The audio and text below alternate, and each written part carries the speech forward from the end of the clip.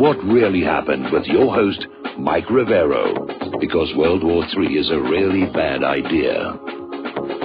Here is your host, Michael Rivero. And aloha, America. Welcome to our show today. It is Friday, June 30th, 2017. Thank goodness it's Friday. Thank goodness it's Friday. Thank goodness it's Friday. And we have a lot of stuff to talk about today. Mike is in our control room right now. The phone lines are open, 800-313-9443. Tomorrow's the last day of the month of June, and, of course, next Tuesday's Independence Day. Tomorrow's also Canada Day, their Independence Day, so good for you Canadians. Getting right on into it here, the current big news story right now, there's been a multiple shooting at the Bronx Lebanon Hospital in New York City, and apparently a former employee simply walked into the hospital wearing a white doctor's coat under which he had some kind of a long gun. They're saying that he used a rifle, and he shot 3 people, it's now being reported that he himself is dead. We don't know the circumstances of that, but that's where that story is going on, and that is, of course, is the big focus of the corporate media right now. Getting on into domestic politics, Susan Rice has finally agreed to testify before the House Intelligence Panel on the Russian meddling, but only in closed session. And I think they're getting very, very concerned that when they testify in open session, it becomes an instant YouTube video, and everybody who's paying attention to what's going on starts pulling it apart and saying, well, this is a misstatement because back here they said something completely different. And they're getting very, very nervous about that. Now, in public, Susan Rice is actually blaming race and gender for the scandal over this unmasking issue. She did an interview with New York Magazine, and they said, why do you think you're a target in the investigation? And she played the race card and the gender card. True liberal fashion, never accepting responsibility for one's actions. Oh, it's the racists, it's the sexists, it's whatever. No sense of personal responsibility whatsoever there. Now, interesting little article came out of Zero Hedge. As you know, Congress is getting ready to go on their 4th of July recess. And the article is basically saying the main reason Congress is getting so little done, they get 218 days off in the year 2017, and this is meant to be a chastisement that they seem to spend most of their time out on vacations or fact-finding trips and the rest of it. And obviously, they're supposed to be spending some time in their home district, but I sort of lean the other way. I mean, considering just what Congress has done, maybe we should give them 365 days off every year. I think that would be a lot less damaging for the U.S. And its economy and our lifestyles here, because they sure as heck don't seem to be working for us all that much here. Now, as you know, there's been this dropping of hints by a friend of James Comey. There's going to be a new smoking gun story that is going to be a bombshell about this whole Russiagate hacking situation. And it was delayed, and finally came on out, and it turned out to be, to use a quote from one of CNN's own people, a big nothing burger. And so the story is actually about a longtime Republican opposition researcher, 81-year-old Peter Smith, who was apparently concerned about Hillary Clinton's missing 30,000 emails, which the FBI says have gone missing. They don't know where they are. They ought to ask the NSA, right? If the NSA is doing their job, they've got them. And so this Peter Smith basically went out to chat rooms frequented by hackers, looking for somebody who might be able to help track down where these 30,000 emails went. And that is this bombshell story. And there's really nothing there. A lot of people would like to see those 30,000 emails. So, a lot of people are looking at what's going on with CNN, the New York Times, all of the corporate media, dishing out this Russiagate story, and they're obsessed with it. Somebody actually did a study and said that ever since Mueller was appointed this special counsel, the corporate media has actually devoted half of their on-air time talking about Russiagate, Russia-Link, Russia bad, Russia this, all this. They're obsessed with it. And so there's this article that came out over in 21st Century Wire asking if this is a Mockingbird redux. And the reality is, Mockingbird never went away. And if you don't know what I'm talking about, Mockingbird is a long-running CIA operation. It actually began shortly after the end of World War II, when the United States was studying just how Nazi Germany was able to manipulate their public. And, of course, they did it by taking control of their media covertly, and the CIA decided they were going to do the same thing, and that was Operation Mockingbird, where they set out to control all of the corporate media by making sure that CIA assets were in those top management positions. And it actually, before the age of the Internet and the independent media, didn't really take all that many people. We're going to do a shout-out now to our honor affiliates who are just now rejoining our network. And I'll give you one example of exactly how they controlled the news. And this goes back to that article, The Crimes of Mina, by Sally Denton and Roger Morris, which was written based on documents recovered from slain CIA drug pilot Barry Seal. And if you saw that recent History Channel presentation on America's War of Drugs, they confirm in the program Barry Seal was a drug smuggler and he worked for the Central Intelligence Agency.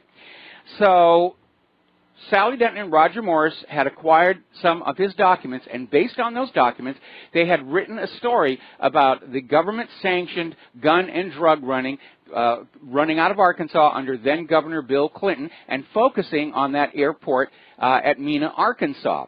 And they were working for the Washington Post at the time, so they took the story to the Washington Post.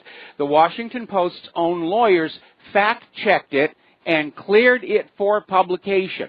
Washington Post's own lawyers said, yeah, the story is solid, we can't get sued, they're telling the truth on here, and the story was killed by then Washington Post managing editor Bob Kaiser, who was a fellow Skull and Bones alumni with George Bush.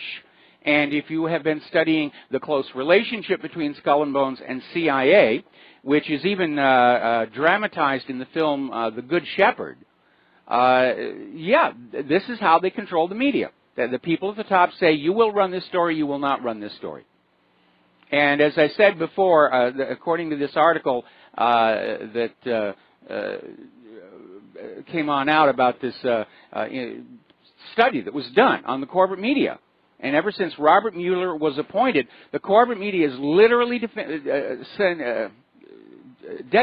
devoting half their airtime on the Russia story or some form of Russia bashing or Russia hacked the DNC. It is a hard sell, the hardest of sells.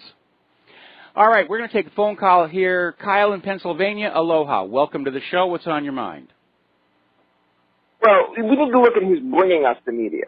You have Anderson Cooper Vanderbilt of the Vanderbilt family. You've got Chris Cuomo, who Cuomo's are about as corrupt as a political family get. Mika Brzezinski, daughter of Zigbig Brzezinski, however pronounce his name. Zbigniew. Joe Scarborough, Joe Scarborough, who had a dead intern found in his congressional office, Lori Klostidis, I believe her name was. These people are, they are the power structure. If they're too stupid to go into politics, they go into the media. And it's set up, the corporate media is set up as a pyramid scheme, where network news, cable news, all the way down to the blog, all the way down to the corporate website, they all want to get on the TV, which is what that guy from the Playboy was doing the other day. All he wanted was to get on his pat on the head from Chris Matthews to say, you did a good job. These people, it is absolutely, if it's not Mockingbird in action, it's Mockingbird in theory. And it's still being practiced, and it's the way that the corporate media is set up. Well, again, you need to understand, Mockingbird is a big part of the problem, but then you have the corporate ownership of the media. They're owned by these large conglomerates who are pushing their agenda. Then you have influence from countries like Israel, and so there are multiple overlapping forms of control. But the net result is the corporate media exists, as Mika Brzezinski herself admitted last February, to control what you're thinking. And that's what it's set up to do. And they hire people like Cuomo and Anderson Cooper and the rest of it because they are willing to make that deal. I will lie sincerely to the American people in exchange for a really, really big paycheck. And these are people with no morals or ethics, and they're willing to do that deal. They don't feel guilty about it at all, and that's why they get these jobs. Well, and I don't know if I heard it on your show or not, but Brian Stelter, the CNN host, lives in an apartment in New York City where the rent is $8,500 a month. Now, this man goes on a rant trying to tell you, the public, how he's the victim, how he's been assaulted by the president. Anybody who's living in an $85,000 home, or apartment, rather, you do not get, you've negotiated your way out of being a victim. It's impossible. You step into the ring, you put yourself on TV, you put your ideas out there. A lot, especially on these CNN, a lot of people aren't going to like them. And people need to understand that these people are not there for news. They're there for agenda. Mm-hmm. And everything is about creating this mythology and this narrative. And that's why, truly, they hate the alternative media, mm-hmm. and they don't like Trump, because they go counter to that narrative. And they show them the cracks, and they show them the illogical factors in it. Mm-hmm. So you're absolutely right. They're telling a story. They're not reporting the news. Absolutely. That's their job. As far as living in an apartment with an $8,500 a month rent and still saying he's a victim, that is a common feature of liberals, where no matter how rich they are, no matter how powerful, they can still play that victim card. Look at Hillary Clinton during the campaign. All last year, she was playing the victim, the sexist card, over and over. I'm a victim of the evil male patriarchy. And you're right. People look at that. They look at the millions and millions of dollars the Clintons have accrued over the years, and they look at how can you even think that you're a victim? But to liberals, yeah, victimhood is part of that whole persona of being a liberal. I'm victimized by somebody. I'm not responsible for my own actions. I'm not responsible for the bad things I've done. I'm being victimized by the Republicans. I'm being victimized by the men. I'm being victimized by the racists, and so forth and so on. They're the fainting Victorians. They used to have those sofas back in the 19th century where women, when they were overwhelmed, could faint on them. And it was all an act. It was all meant to be like, oh, look at me, I'm so... And that's who these people are. They can sit there and they can... That's exactly right. You're exactly right. Quick question. Quick question. Quick question. How old is the small person I'm hearing in the background? She will be 1 year next month. Oh, well, congratulations and a premature happy birthday. Thank you very much. Yeah, every Friday we get to spend the day together, so it's one of my greatest stories in life. All right. Well, you give her an extra hug and kiss from me, and we're going to let you go and switch over to Steve in California. Aloha, Steve. Welcome to the show. What's on your mind? Well, it was the comment you made about all the time off for the politicians. It's clearly we need to return back to the statesmen who definitely worked for the people, and the politicians are definitely working for the corporations. And then it reminded me of a comment a while back where Nancy Pelosi talked about Obamacare, that we'll pass the bill and then we'll read it. And it seems like they have plenty of time on their hand to actually read these bills, and they don't. And just that comment alone, we'll pass it and then we'll read it, is amazing. If they have this much time on their hands, they should be reading all these bills. Well, they should be, and unfortunately the bills can be very, very large, and that's why they're supposed to have congressional aides to read and summarize. But what Nancy Pelosi actually said was, we have to pass it before we can read it. And it was an absurd thing to say, but she was out there saying, we actually can't tell you what's in there until after it's passed. And that is utterly absurd. And again, with the impending July 4th Independence Day holiday, you need to remember that when this country was started, only a few of the very top positions were full-time jobs, like the president and the vice president and a few other of those. Members of Congress, it was a part-time honorary position. And back then, these were people who had their own jobs, their own careers, their own businesses, and they served in the Congress. They didn't make a lot of money off of it. It was considered a civic duty and an honor to do it. And this nation was never supposed to have a permanent ruling class of hereditary leaders like the Bushes and the Clintons. Right. So, Michael, when did the actual terminology change from statesman to politician? When did that actually happen? Well, it's changing all the time. It all depends on whether you agree with the person or you disagree with them. If you agree with them, they're being a statesman, and if you don't agree with them, they're just being a politician. Hey, thanks, Mike. All right, thanks an awful lot. We're going to let you go here. Yeah, we're going to be spending most of Tuesday's show talking about the early history of our country, what a wonderful nation it was, what it was designed to be, and how, sadly, it has all been taken away from us. Now, James O'Keefe is out with a new video. Apparently, they got a whole bunch of these lined up, and CNN is not happy about it. Apparently, the producer of New Day, a guy by the name of Jimmy Carr, was caught on tape, first of all saying that he thinks Trump is absolutely crazy, and I can't use the specific language that he used, or the FCC is going to pull the licenses on our on-air affiliates, and then goes on to say, Jimmy Carr at CNN goes on to say, the voters are stupid as fill in the blank for having voted for Trump. In other words, the Hillaryites, the liberals, are out there solving their loss by saying, well, the only reason Hillary Clinton lost was the American voters are all stupid. No, the reason Hillary Clinton lost is because the American voters aren't as stupid as you were hoping they were going to be. But again, just hear this arrogance and disdain where CNN's people have a vastly inflated image of themselves and their place in society.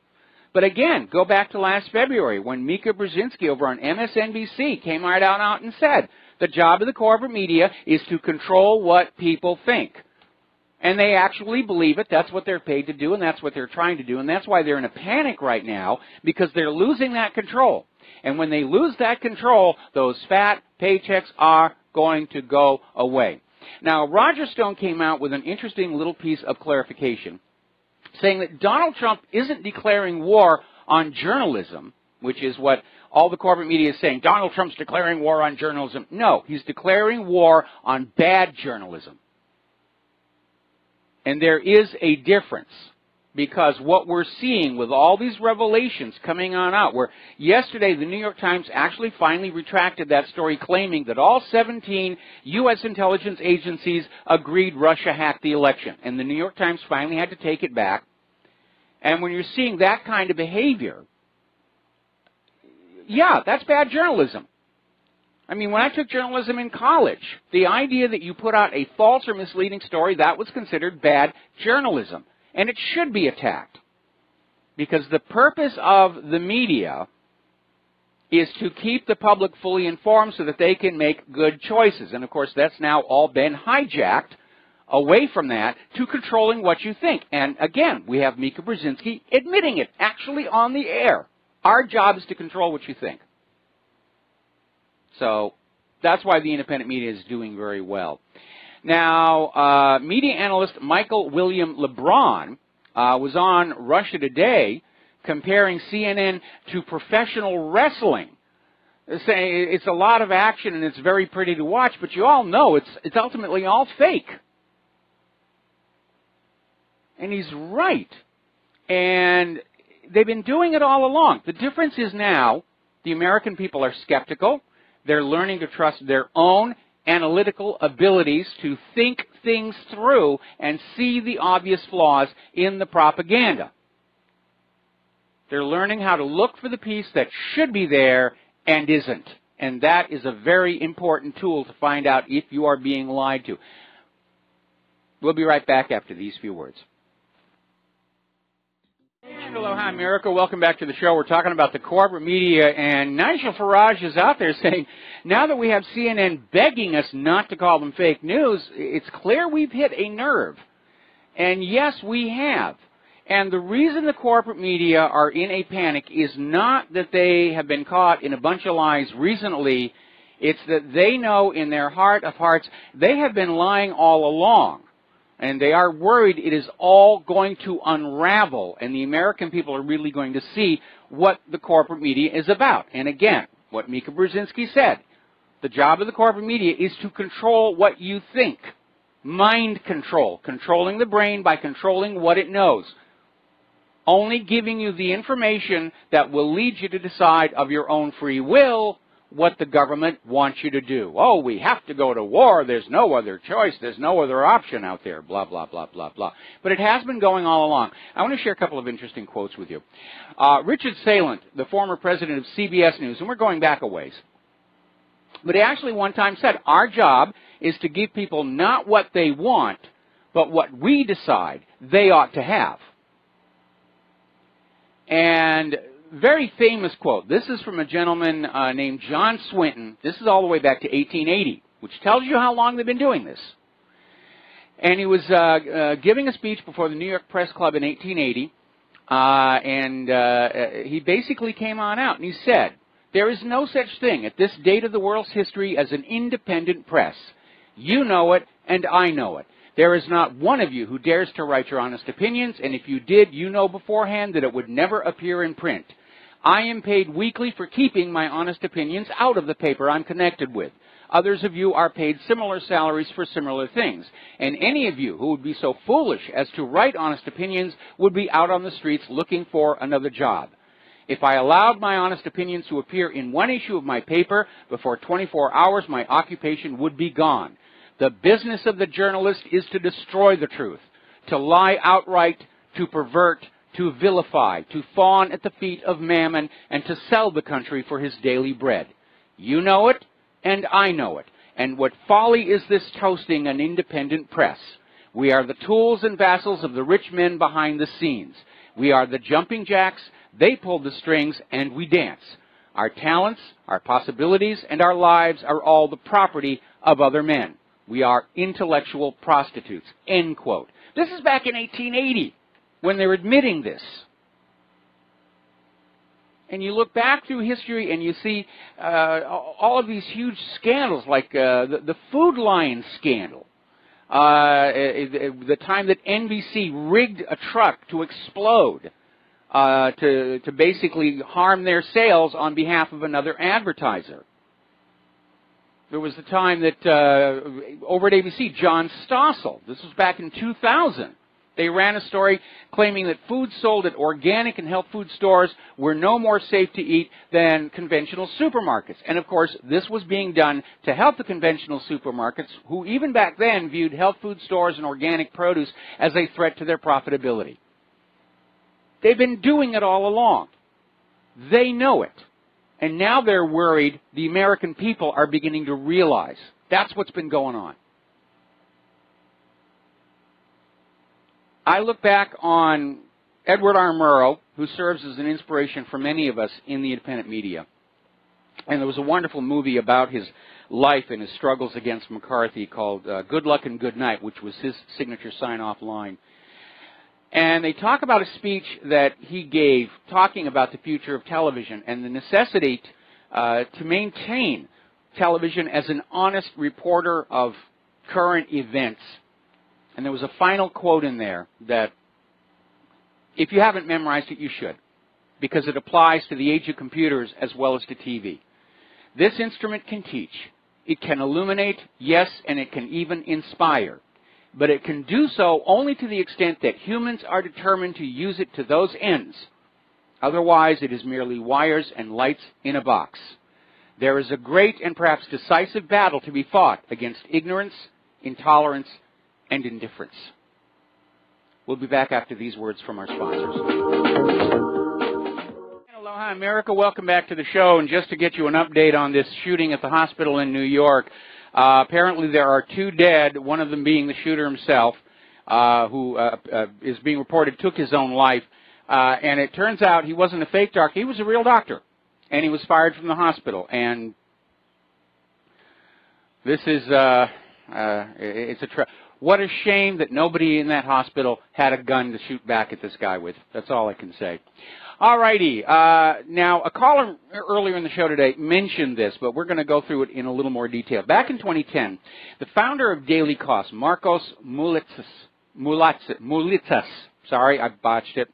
Mulitsas, the founder of Daily Cause, was a regular guest on MSNBC, liberal blogger, liberal network, and so he was there all the time and swapping insults about the Republicans with Keith Olbermann or whoever. Then all of a sudden in 2010, July, he found himself blacklisted. And apparently what got him kicked off MSNBC was that he mentioned on Twitter the strange, sad story of Lori Klausutis, the intern who was found dead in Joe Scarborough's office when Morning Joe was still a Republican congressman. Boy, a lot of bad things happen to those interns in Washington, D.C., don't they? Look at all the Bill Clinton interns who wound up dead under strange circumstances. Now, over at the New York Slimes, apparently the editors and reporters have gone on a walkout. And their concern, of course, is the major and ongoing staff reductions because the New York Times is losing readership, both the paper edition and their online.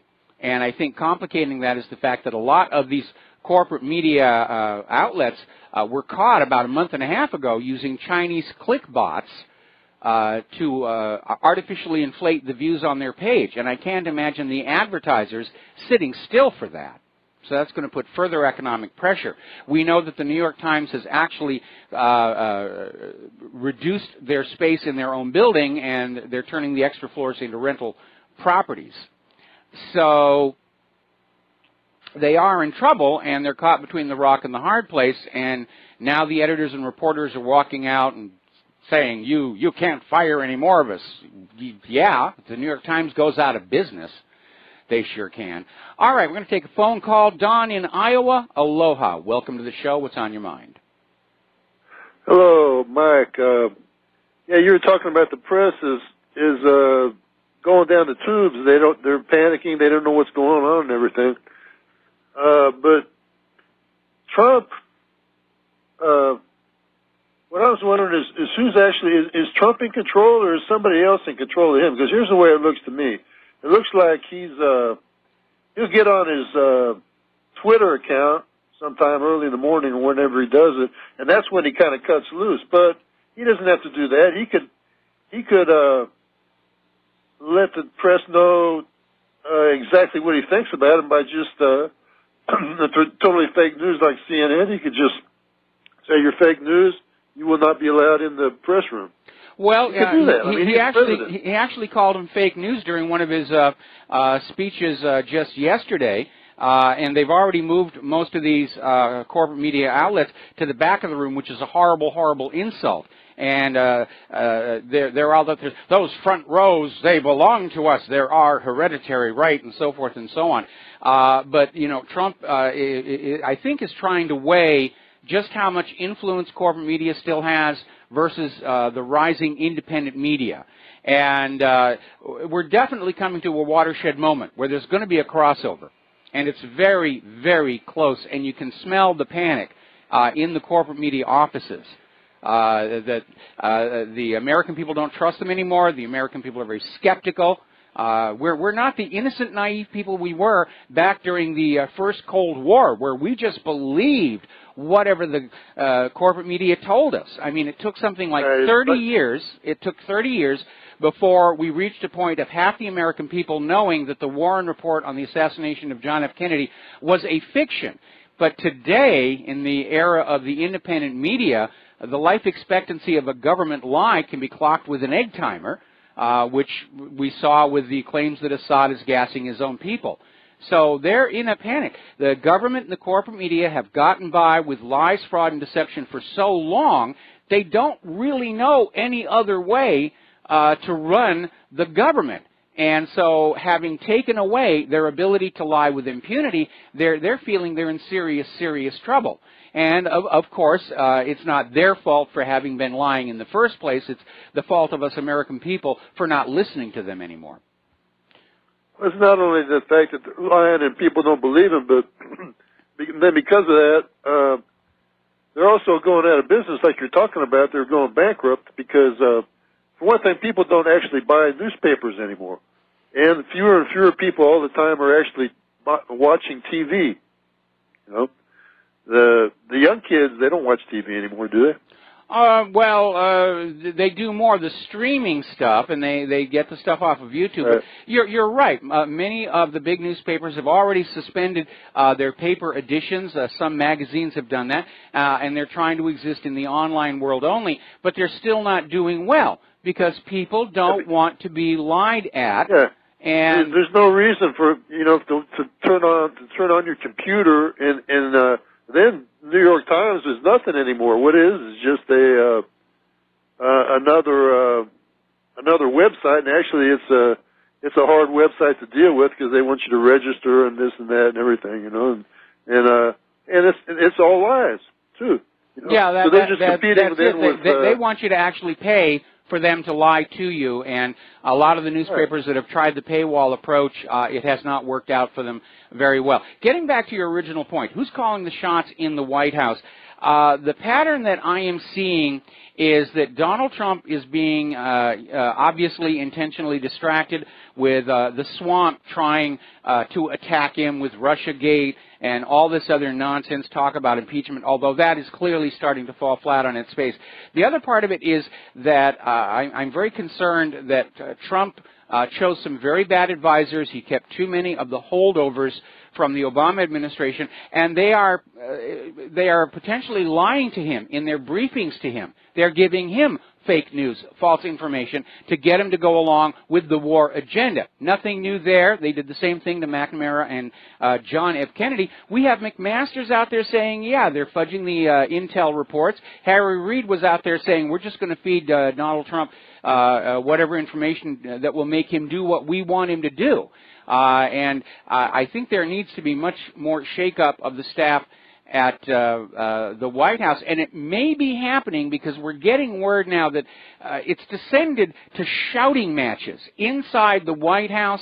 And according to this article that came out of the Express in Great Britain, Secretary of State Rex Tillerson apparently lost his temper at a senior White House aide over staffing issues, meaning that it looks to me like they're trying to change the staff. They're trying to get rid of the Obama holdovers.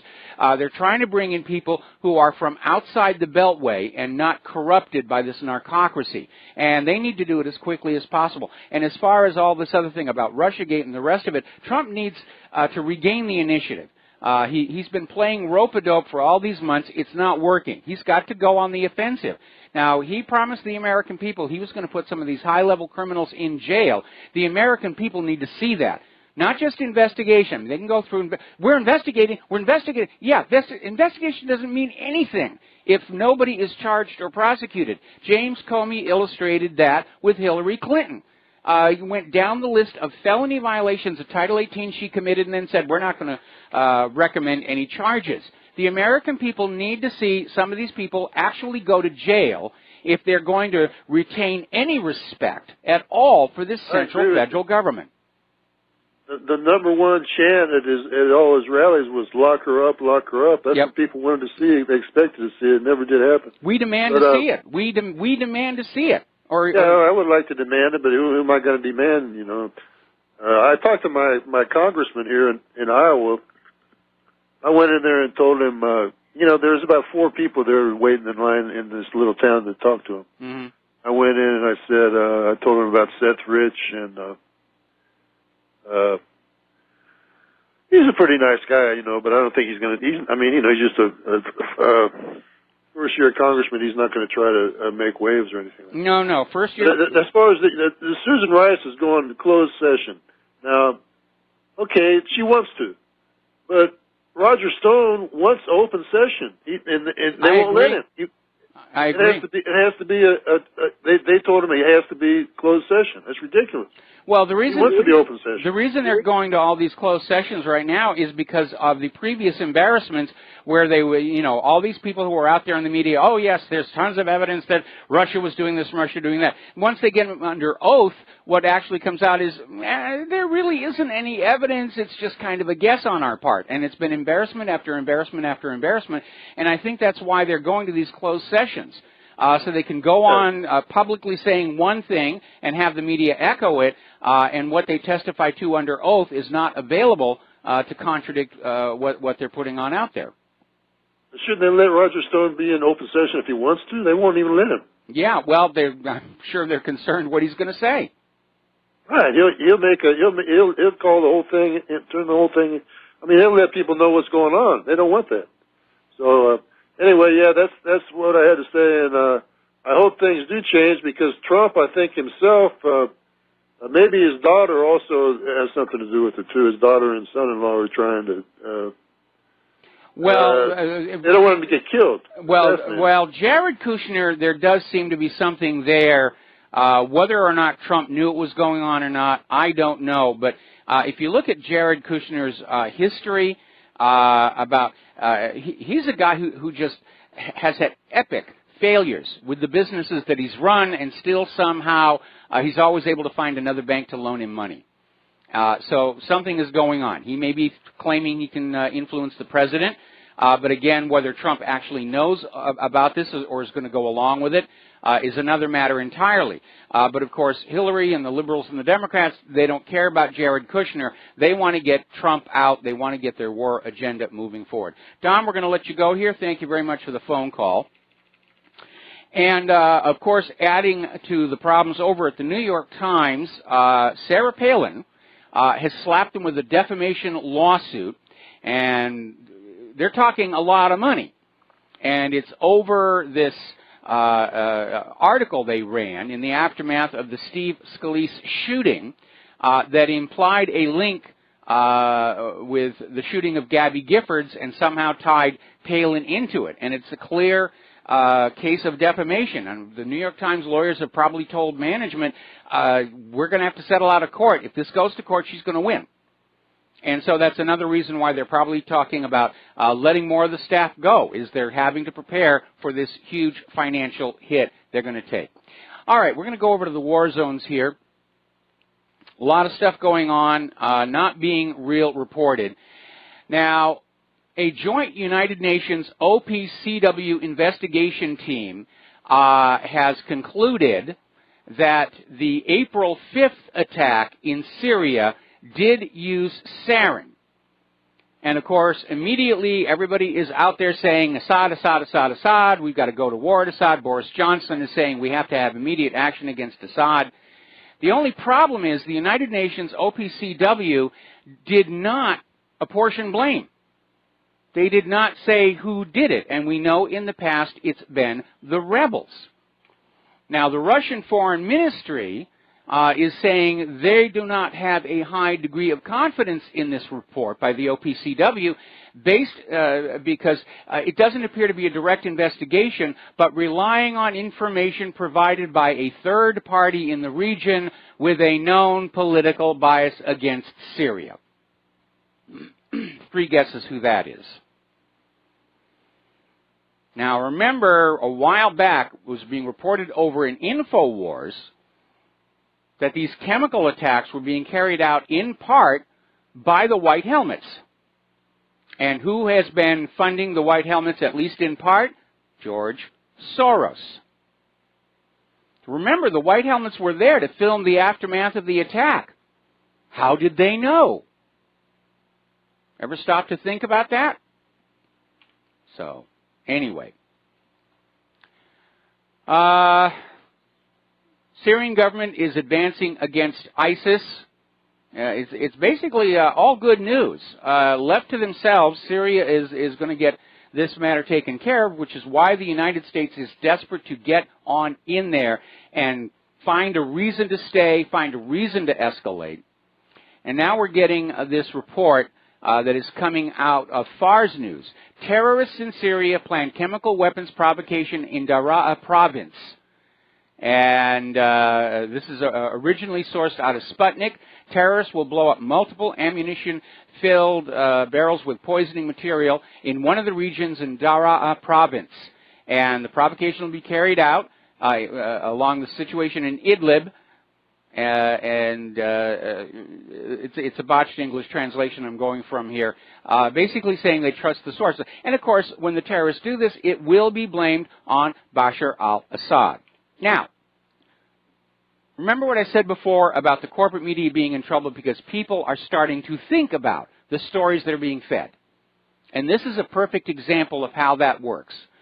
So for a moment, we're hearing about Assad gasses people, Assad gasses people, Assad gasses people. So for a moment, let's just set aside the lies about Saddam's nuclear weapons. Let's set aside the fact that the U.S. was caught trying to frame Assad for gassing his own people in 2013 and 2014, and how those hoaxes were exposed. Forget that Assad has surrendered all of his chemical weapons. That deal brokered by Russia, confirmed by both the UN and the Pentagon, and just ask yourself these questions. Why would Assad, on the verge of winning the war and gaining support from the rest of the world, use chemical weapons knowing it would open the door to the invasion the neocon war hawks want? And if Assad were dumb enough to use chemical weapons, why use them on civilians instead of the enemy? The stories, what is his motive? What does he gain? Look for what should be there and isn't. It's just more lies. And again, it's because we have a government and a corporate media that don't know any other way than to lie to get what they want. They're trapped by their own methodology, their own history. We'll be back after these few words. We've got a caller waiting on the line. We'll be right back.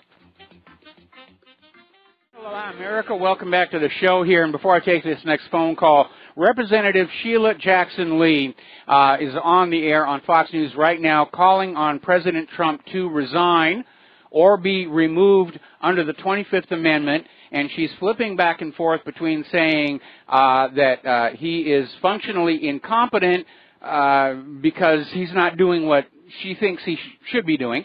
And then going back and saying he's very unhappy with the position and 25th Amendment. I don't know if it's just a grab for media attention, but again, this is not a positive image of our government to be sending the rest of the world when you're getting ready to make war on them. If this government is going to be stupid enough to start a new world war, they better start presenting a unified front and stop all this factionalism because it's going to make us look weak. And that could lead to a potential enemy doing something very reckless and dangerous. All right, we're going to go back to the phones here. Mike in Alaska, welcome back to the show. What's on your mind? Yeah, Mike, I was wondering, have you read that Rich Dad, Poor Dad, Robert Kiyosaki? No, I have not. Okay. It's a pretty good book. It's just a basic business 101. And the reason I bring him up is he's pretty good friends with Trump. In fact, he's the only author that's co-authored anything with Trump, and they've done it, I think, 2 or 3 times. Mm-hmm. And he appeared over on InfoWars. If you go over their channel, there's a video of him being interviewed by that Miley Weaver, I think her name is, the InfoWars reporter.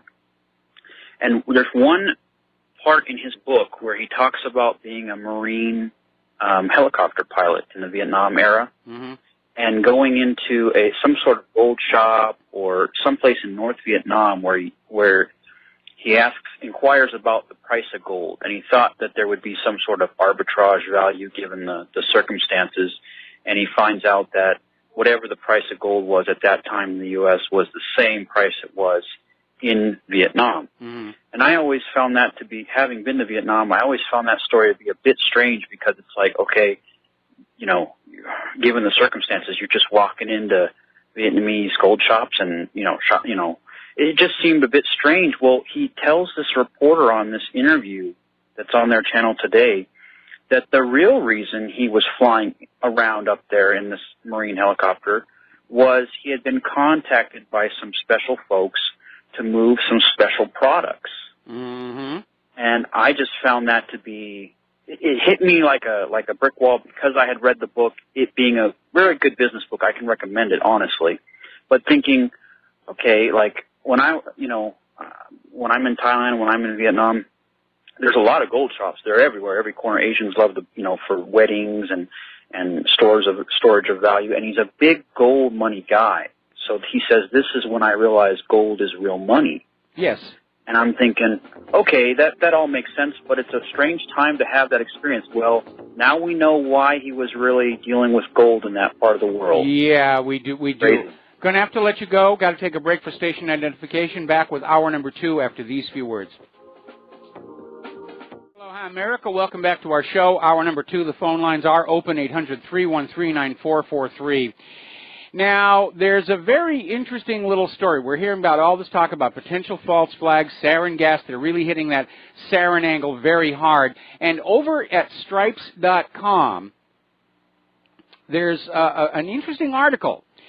Because apparently over at the Dugway Proving Ground in Utah, which was the site of a previous scandal involving anthrax, now they're not sure but what some of their sarin gas has now gone missing. And apparently Dugway stored its sarin in a 2-container system. The sarin was in a primary container, which is then stored inside a secondary container, which is a very good precaution to take with this highly dangerous, deadly chemical. But apparently, they haven't been checking what's actually inside that primary container, and they don't actually know that the sarin is still there. They haven't checked for years. And remember, they got caught mishandling the anthrax back in 2015, and it generated a nationwide scare. So I wonder if the sarin is still there, and if not, if it's now on its way to Syria here. Now, interestingly enough, the 3-star U.S. general in command of all American forces in Syria and Iraq is saying that, in point of fact, the United States has no intention of leaving Syria when ISIS is defeated. We will have to stick around. There are going to be ISIS guerrillas to deal with, so we can't leave now. Basically what it is, their understanding is that Syria's army, Syria's military, is on the verge of kicking ISIS out of the country. And for the last few years of the 5-year effort to get rid of Assad, they have been trying to sell it to you, the American people, by saying, well, we're not really there to get rid of Assad. This is part of the war on terror. We're after ISIS and Al-Qaeda. Well, if ISIS and Al-Qaeda are kicked out of Syria, then the U.S. doesn't have a palatable excuse to remain in that country, especially since they don't have the permission of the Syrian government. So now they're trying to hedge their bet and saying, oh, well, ISIS will never really be gone. There will be guerrillas, and we have to stay here for that. But that story's already fallen apart, because Nikki Haley was up at the United Nations just the other day going back to that agenda. Assad has to go. So they're thrashing around. And can you see how the propaganda is contradicting itself? When they first went into Syria, Assad's a tyrant, Assad's a dictator, Assad's gassing his own people. And then after all the embarrassments where it came on out that, no, it was the U.S.-backed rebels who were doing the gassing and so forth, then they switched and they said, well, we're not there to get Assad. We're there to get ISIS and Al-Qaeda, who were being supported by the U.S. government in Syria. That's some of the stuff that came out in those released documents from Hillary Clinton's State Department, the ones that came out either through the leaks or Judicial Watch, which continues to do absolutely banner work. And it came on out. The U.S. was supplying ISIS and Al-Qaeda with weapons in Syria. They were smuggling them out of Libya, using that consulate at Benghazi as the smuggling hub. Story coming out of Iraq News, apparently yet again, American aircraft have been spotted parachuting weapons and supplies to ISIS. And the Iraq government is getting fed up with this. They're getting ready to have some high-level meetings to decide what they're going to do. And it'll be interesting to see what happens if the government of Iraq says, it's time for you all to go home. How will the United States justify staying in Iraq? Well, you still got ISIS here. We have the right to go anywhere on earth where there's a single ISIS person, whether it's Syria or Iraq or the Philippines or wherever. They're wearing that one out, though. They played that card way too many times. They burned it out here. Now, once again, Nikki Haley is up at the Security Council, only now her target is Iran. And she's out there saying that Iran has repeatedly and deliberately violated sanctions imposed by the body, and we have to take steps to respond to these violations. Forgetting, of course, that Israel actually holds the world record for ignoring or violating United Nations Security Council resolutions. Now, in point of fact, inspectors have not actually found any indications that Iran has violated the P5+1 deal. They're just looking for new excuses. Well, maybe Iran isn't doing nukes, but they're building missiles, and we think they ought to stop that. How dare they prepare to defend themselves from the coming invasion? And it is coming. It is coming. Over at Pace Magazine, they have an article saying that senior Trump allies are laying the groundwork for war with Iran. And remember, when General Wesley Clark blew the lid off this whole plan for the U.S. to conquer the oil-rich nations of the Middle East, the list ended with Iran. This has been in the works for a very, very long time. And it's not because Iran is a terrorist or a threat to their neighbors. Iran has not initiated a war of conquest with another nation in over 200 years. It is not their nature. They just want to be left alone. And certainly since the Iranian Revolution of 1979, where Iran went from good buddy of the United States to being added to the special high-interest targets list, they haven't invaded another country. Meanwhile, of course, in 2009, the U.S. went in and tried to stage yet another coup d'etat, which would have succeeded, but they made two critical mistakes. They started putting up the son of the Shah of Iran as the new ruler of the new Iran, and the new flag of the new Iran turned out to be the flag of the Shah, and at that point, all the people of Iran said, hang on a minute. And that was kind of the end of that one. We're going to do a shout-out now to our on-air affiliates just now rejoining our network. So Iran is all about getting rid of a country that refuses private central banking. It's about guaranteeing that Iran's oil will be traded only for the U.S. dollar. It's about breaking it up into smaller pieces that are easier to bully and push around by the United States and Israel. We're the aggressors, not Iran, not Russia, not China, not even North Korea. Although I do wish Kim Jong-un would shut his mouth sometimes. Meanwhile, over in Qatar, the diplomatic quagmire is starting to really deepen. Nobody's really sure where everybody's ultimate allegiances are going to lie on this. But there are 3 more days before the end of the Saudi ultimatum.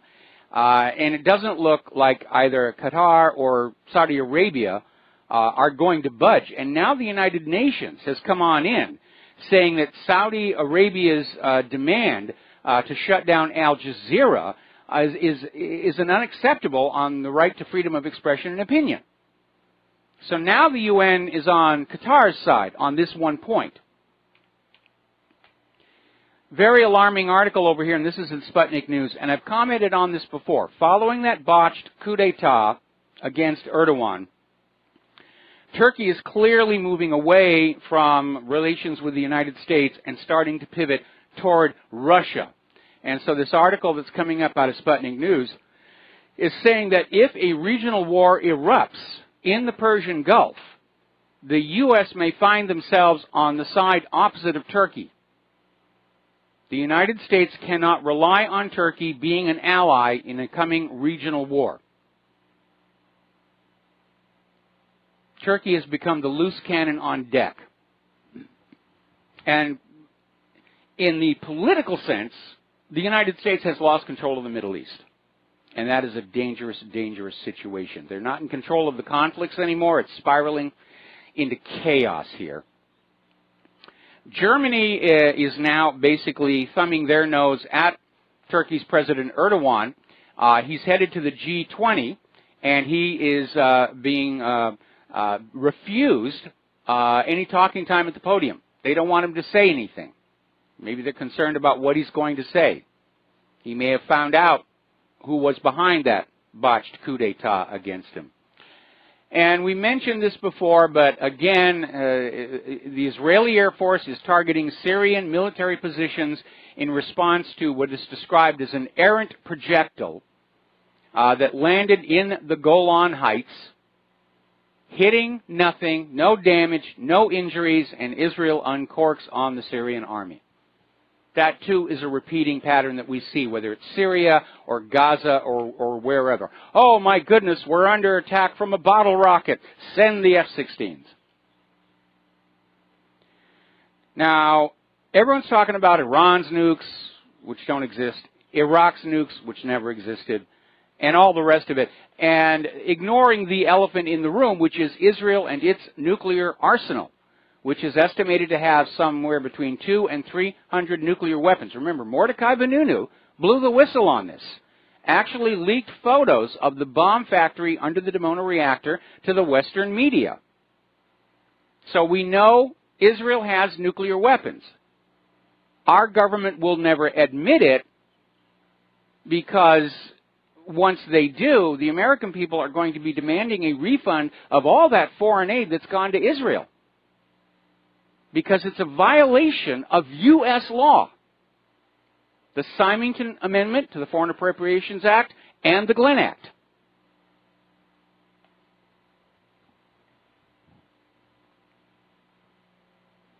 So, as you know, as part of their war reparations, Germany provided a couple of free submarines to Israel, the Dolphin class, which is a diesel-electric boat, but it is capable of launching nuclear weapons. And then Israel bought a few more, and now Germany has just okayed a deal for 3 more of these Dolphin-class vessels.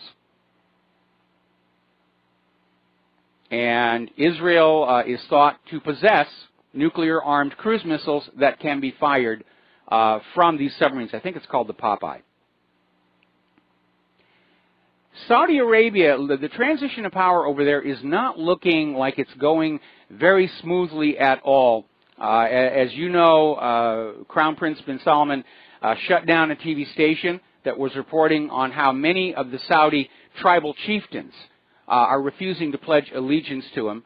They're dealing with the possibility of a counter coup, as it were.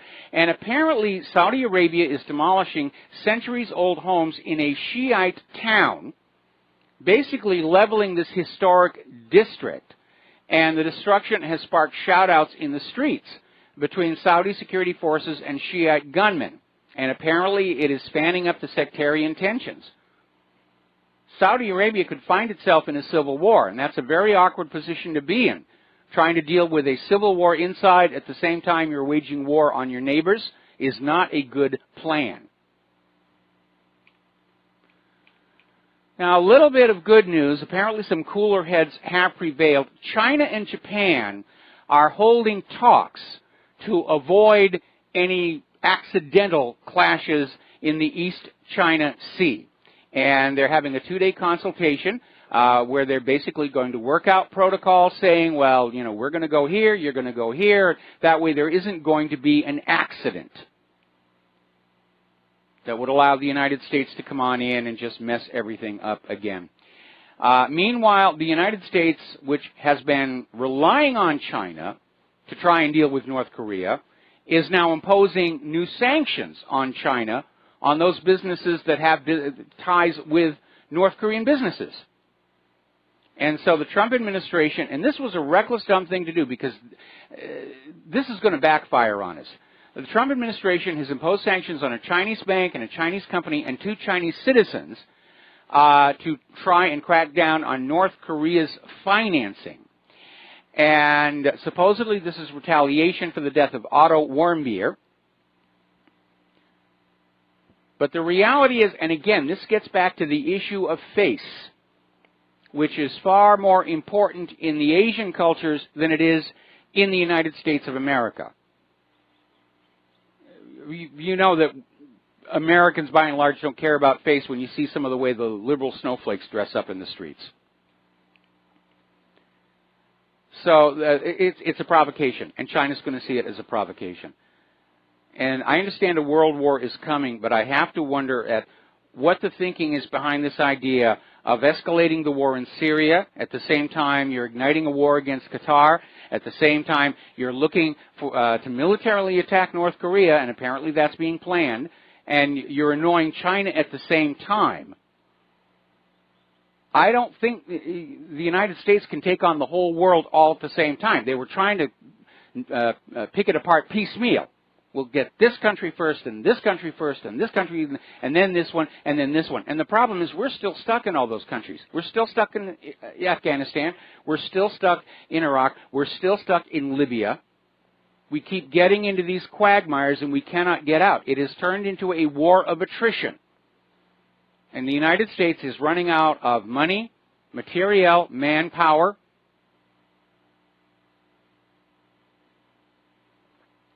And now it looks like the U.S. is trying to do regime change in the Philippines. So ISIS is all of a sudden down in the Philippines, and apparently they're leaving behind a trail of decapitated bodies behind them, civilians. So it's getting insane out there. Okay, we're going to talk about the economy a little bit. Illinois is in serious trouble. There are rumors they're just going to grab all the pensions to try and pay some of their bills. The comptroller of Illinois, Susana Mendoza, has basically said the state can't function any longer. They're just flat out of money. It's all locking up. They're going to be forced into bankruptcy. And Illinois is a bellwether of what's going to be happening all across this country. Remember, during the Depression of the 1930s, several states were forced to declare bankruptcy. And this economic crash is going to be far, far worse. Well, despite the manipulation of gold prices downward, somebody somewhere is thinking it is going to break out and up very soon, because Britain's only underground gold mine is planning to reopen. And they're expecting they will extract 200,000 ounces of gold. Now, there's this Scottish mining company that is basically cranking up to reopen and operate the Kaonohi mine in the village of Tindrum, starting in April of next year. Remember what I said the other day? We're talking about oil. The unit cost of extraction applies to any mined or drilled for resource. There are a lot of gold mines in the United States of America that have gold in them, but they're closed down because the cost to the mining company of recovering and processing and refining an ounce of gold from their mines is actually more than that ounce of gold is worth at current prices. When gold prices go back up, those mines will reopen. We're going to take a phone call here. Mark in North Carolina. Aloha. Welcome to the show. What's on your mind? Hey, Mike. A couple of things, but I'm just wondering, where do you think you're going to get the manpower to fight all these wars? They're going to have people aren't running to join the military anymore. No, they're going to have a draft. If they put a draft, well, are they that crazy to think that, first of all, 18-year-olds vote now, unlike during the beginning of Vietnam and most of the Vietnam War? Second of all, they think they got problems now in the streets. Could you just imagine if they dare to do something like this? If people in mass would refuse to go. They're cornered. They're cornered. From their point of view, they don't have a choice anymore. As you said, people are not signing up for the military in enough numbers. I know they're going on out and recruiting among the illegal immigrants, but that's not going to be an effective, committed fighting force. They're signing... No, they'd fall apart in a minute. Yeah, they would. And after the war is all over, we can collect up all their guns and sell them on the surplus market under the slogan, never fired, only dropped once. And I'm not even talking about going to war with Russia. I'm not even including that. It's possible that Putin might just say, you know what? You imbeciles are so stupid, you want to go and get yourself involved all over the place? You know what? We'll just step aside and let you go and do it. He probably supports him. He'd probably get weapons and he says, go ahead, start your war with Iran, stay in Afghanistan. Putin already said that. Putin already said that a few years ago, that if the U.S. embarks on this, they'll turn it into a war of attrition and wear them down like Vietnam. Stay on the line, Mark. I'm going to come right back to you. And aloha, America. Welcome back to our show here, and we're talking with Mark in North Carolina. And again, we're talking about how several years ago, Putin said if the U.S. starts to go into the Middle East, if they start invading all these countries, Russia's strategy was to turn it into a war of attrition and just wear the United States down, as happened in Vietnam. And that's exactly where we are right now. One of the big failures of our military policy is assuming that the enemy is going to fight the wars the way the United States is prepared to fight them. And some countries fell into that trap, and they paid a price for it. Putin's too smart for that. He's going to be thinking outside the box. He's going to be thinking unconventional. He's not going to get into a war with the United States and fight the war the United States is already prepared to fight and win. And hopefully somebody... I don't even know if we're prepared. Well, I'm saying I don't even know if we're prepared to win that fight. As far as I don't think we can. About the Russian military, I think they'd kick our butts, and those aircraft carriers that we have there would be basically sitting ducks. They're dinosaurs. That's all they are. I was talking to my son about that earlier, who just got out of the Air Force a couple of years ago. Yeah, he went in after 9/11. Fortunately, he didn't stay in. So we were just talking about that, about those aircraft carriers. They'd be sitting ducks, but. Like you said, I don't think, but Putin probably won't. He probably is going to, he's both a chess player and a judo artist. And he knows how to use the enemy's strengths as their and make them into their weaknesses. And the only thing is, I don't know how he's going to get out of it, because he has made commitments to Iran and to Syria. So, to protect both of those countries. I think he will honor them. Because, again, the Russians remember World War II and just how close the Nazis got to Moscow.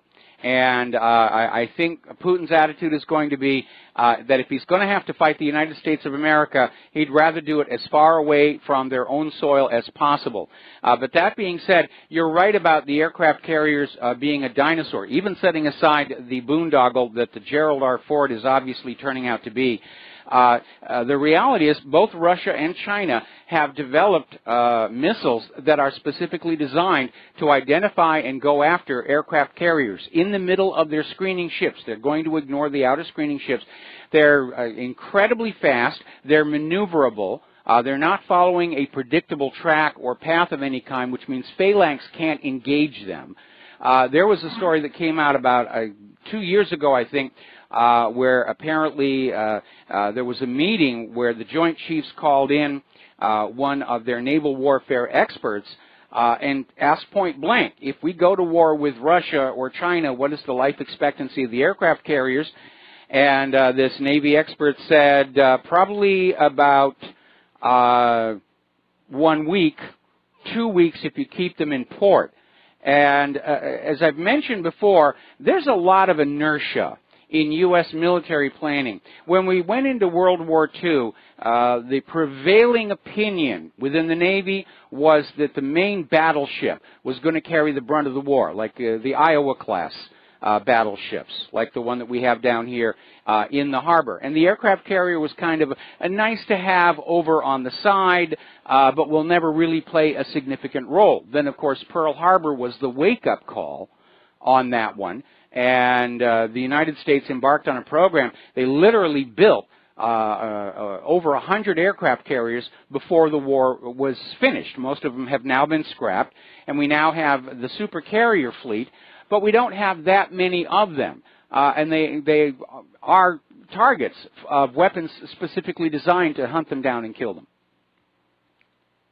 Yeah, so I really don't know what they're planning, and but like I said, if we're planning on going and invading all these countries, it's going to, take a heck of a lot more soldiers, and you're going to have motivated soldiers.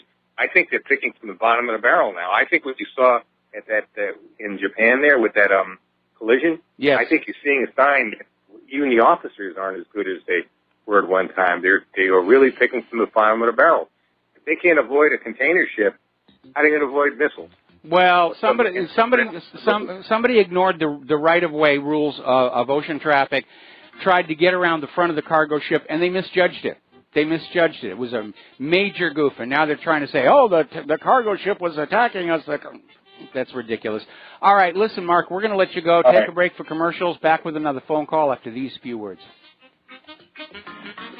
Aloha, America. Welcome back to our show. And to get an update on this Bronx hospital shooting, Mayor de Blasio is saying it's not an act of terror.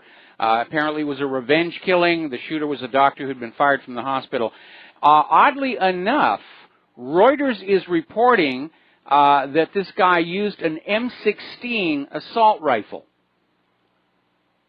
Now, maybe it's just that reporters, especially liberal reporters who are anti-gun, are too dumb to know the difference between an M16 and an AR-15. They look very, very similar. They're based on the same frame. But if this guy really did have an M16, you have to ask, where did he get it? Because M16s can go full auto. They're not very common in society. I mean, under our gun laws, if you're willing to pay the tax for it, you can own a full automatic weapon. Out in Hollywood, where you have these companies that do nothing but rent guns for films and TV shows, most of the weapons are fake, they're disabled, but they do keep some working weapons available in case they need to be used. And they have to pay a huge tax to get the full automatic weapon. But again, maybe somebody just doesn't know the difference between an M16 and an AR-15. And if it is an AR-15, the gun grabber is going to say, oh, see, we have to ban the AR-15. No, we should have armed the rest of the hospital staff, because then he probably wouldn't have walked in there in the first place. I'll bet you that hospital is a gun-free zone. All right, we're going to go back to the telephones here. Sherry in Texas, aloha. Welcome to the show. What's on your mind?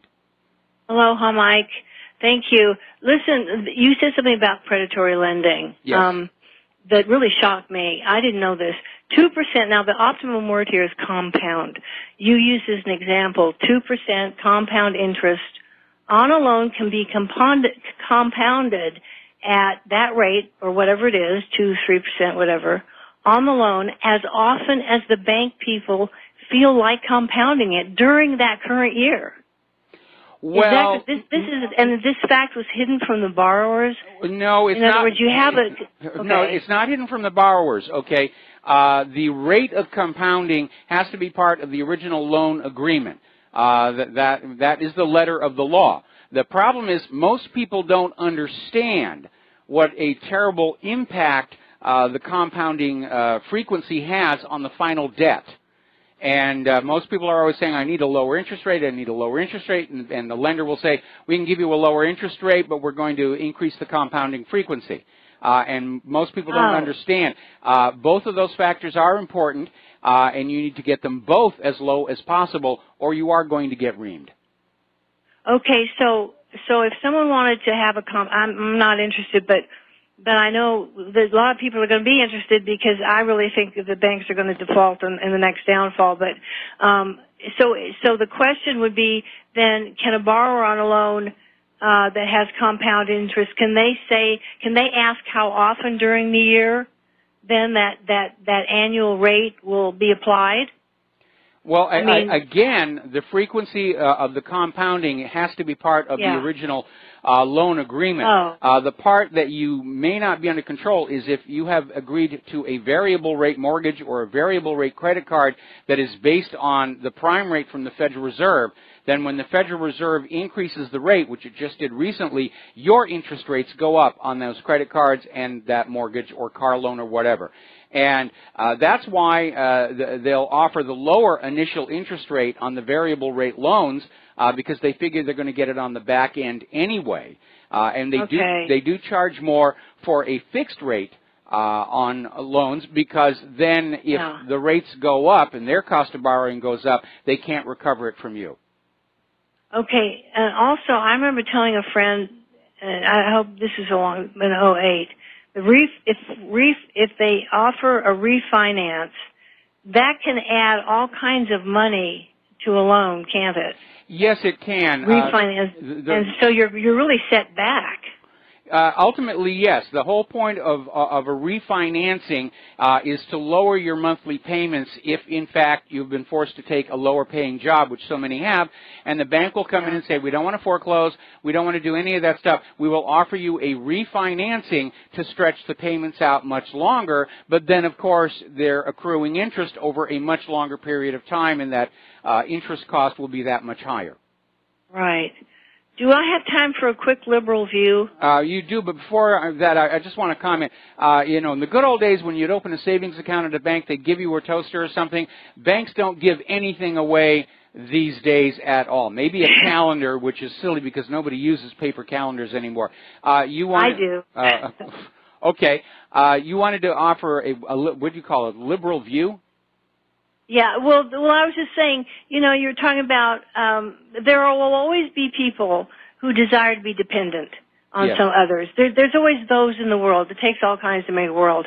But the Trump supporters who are, I would say by and large, well, by far, are independent, lovers of independence. They want to forge their own future. They don't want restrictions on everything unless it's in there to protect them. But you know, I always keep in mind that Trump supporters are Coliseum strong. He filled those Coliseums. Yes. And the other guys are high school classroom and gymnasium strong. And that's just, to me, says it all. You know, plus, of course, all those liberals, hardly any of them know how to use a gun. Yeah. And they get a splinter and they break down in tears. Again, like the illegal immigrants the Army's recruiting, it's not going to be an effective, committed fighting force. Yeah, right. I know. Yes. You, well, Sergeant, I have a blister. You know. Yeah, I know. Well, you know, aside from that emotional part of it, I really think there's just most people just want to leave their own lives, and that's all. They don't want someone to offer them a job that's at one place, factory here, house there, self-driving cars. There are people that like that. In fact, even in Russia today, there's some people that like the old communist system that used to be, because they just want someone to come in and just say, here's where you work, here's your little apartment, and never mind that it's, you know, 40 stories up and it's cramped and you have to have every 3 generations crammed in there, whatever. They don't care. They just want to be cared for, because being out on the street's rough, you know. Well, you know, there's that percentage. Freedom, as it used to be in the United States, freedom meant the freedom to succeed and also the freedom to fail, and the responsibility of accepting either outcome, because that's what a business gamble is.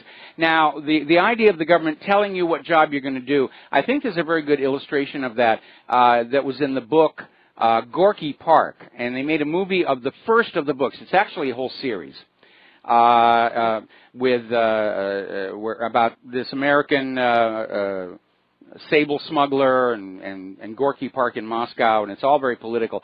In the second book, the hero of the first book, who solves the crime because he angered politicians who were profiting off of this American businessman, he's been assigned a job on a Russian fishing ship, cleaning fish for the freezers, and that's obviously going to be the downside, where the government decides what job you're going to have. If you annoy somebody, you're going to get a really rotten job. And we're actually starting to get kind of close to that mindset already, because apparently over at Facebook there's a major problem there. Where you can literally block somebody's account by simply flagging it and saying, I don't like this, and Facebook will automatically shut their account down for a punitive period of time. I think it's 60 days. And they don't verify that the complaint is legit. And somebody just did it to my 2 accounts. I can't use my Facebook page, and I don't know when it happened because I don't actually use Facebook all that much anymore. But we're getting into that, where everything is overwhelmed by political considerations rather than expedience and what's going to work. When the United States was started, politics was supposed to be just a minor part of our activity, and now it dominates everything. And that was exactly the same thing they had in the Soviet Union. Nobody would even go to the bathroom without considering the political ramifications of what I'm about to do. Yeah, it's like prison. Yeah, well, the downfall of the banks will probably grab as much money as they can to satisfy whatever bank loans that are outstanding. So, you gave me a clearer picture of this, but I would, I tell you, I like a challenge in my life. I don't like things to be too easy. I'm not going to make things difficult for myself, but I can think of a lot of things I'd like to. I won't go into it, but yeah. I would just want to get that dadgum thing paid off and feel free again. That I don't care if I have to move into a little mobile home or one of these little tiny Airstream or something that's good, but just anything to know I'm free. It would be. But see, different people are different, but we are. There's more of us, the Coliseum strong ones, the Trump supporters. We want our freedom, and I can understand how the others feel, though, because, I hate to admit it, but I am from California. And, well, I hate to admit it, but I lived in California for a while here. Here's basically the situation. Our entire system is designed to get the population into debt and to keep them in debt in order to maximize profits to that Federal Reserve. That's why we're seeing this whole thing with college student loans. College is now being sold as a fashion accessory. You've got to have a college degree, even though most of them are actually worthless. The scholarship and financial support has been shut down, forcing students to go into debt to get their college education. And I was very lucky in that when I went to college, I didn't need to take out a student loan because I was working as a professional magician, and I could work evenings and weekends and go to school during the weekdays, and that's how I paid for my college education, which turned out to be completely worthless to me later in life, I might add. Right now, the best thing anybody can do is get as much out of debt as you can before the big crash comes. And I know the system is rigged against you. They don't want the debt slaves to break free. And any way that they can force you deeper into debt, they're going to do it. And one way that they are doing it is with this ridiculous Obamacare with sky-high health insurance premiums and then sky-high deductibles, so that a lot of people, even if they have the insurance, they get a medical emergency, they can be put right on the edge of bankruptcy with what's left over after the deductible. It is designed to entrap and enslave free people. That's its purpose, okay? Yeah, that's right. I agree. All right. I got to let you go, Sherry. I've given you a big chunk of time, and we got 2 callers I want to give some time to because we're coming up on the top of the hour, and the lovely Lady Claire. So, Sherry, thank you very much, and we're going to switch to Jim in Ohio. Aloha, Jim. Welcome to the show. What's on your mind? Aloha, Michael. I'm a long-time listener, first-time caller. I just wondered if you'd ever thought of the scenario that all this war drum beating that's going on, it gets publicized so much. What if all the agreements are made behind closed doors and all of this rhetoric is just public posturing to make the people be very afraid of all of these national threats when they're really all working together behind the scenes? I mean, look at the Russians. We worked with them on a space station for how many years? We've given them foreign aid for how many decades to prop up their communist regimes before the fall of communism, supposedly. How do we know any of this stuff is real? Well, hang on. I think your view of history is slightly fuzzy here. The United States wasn't giving the Soviet Union much in the way of foreign aid. It was a token amount, basically trying to keep things calm down there. We did agree to sell them a huge amount of grain when they were faced with famine following that disastrous experiment with Lysenkoism.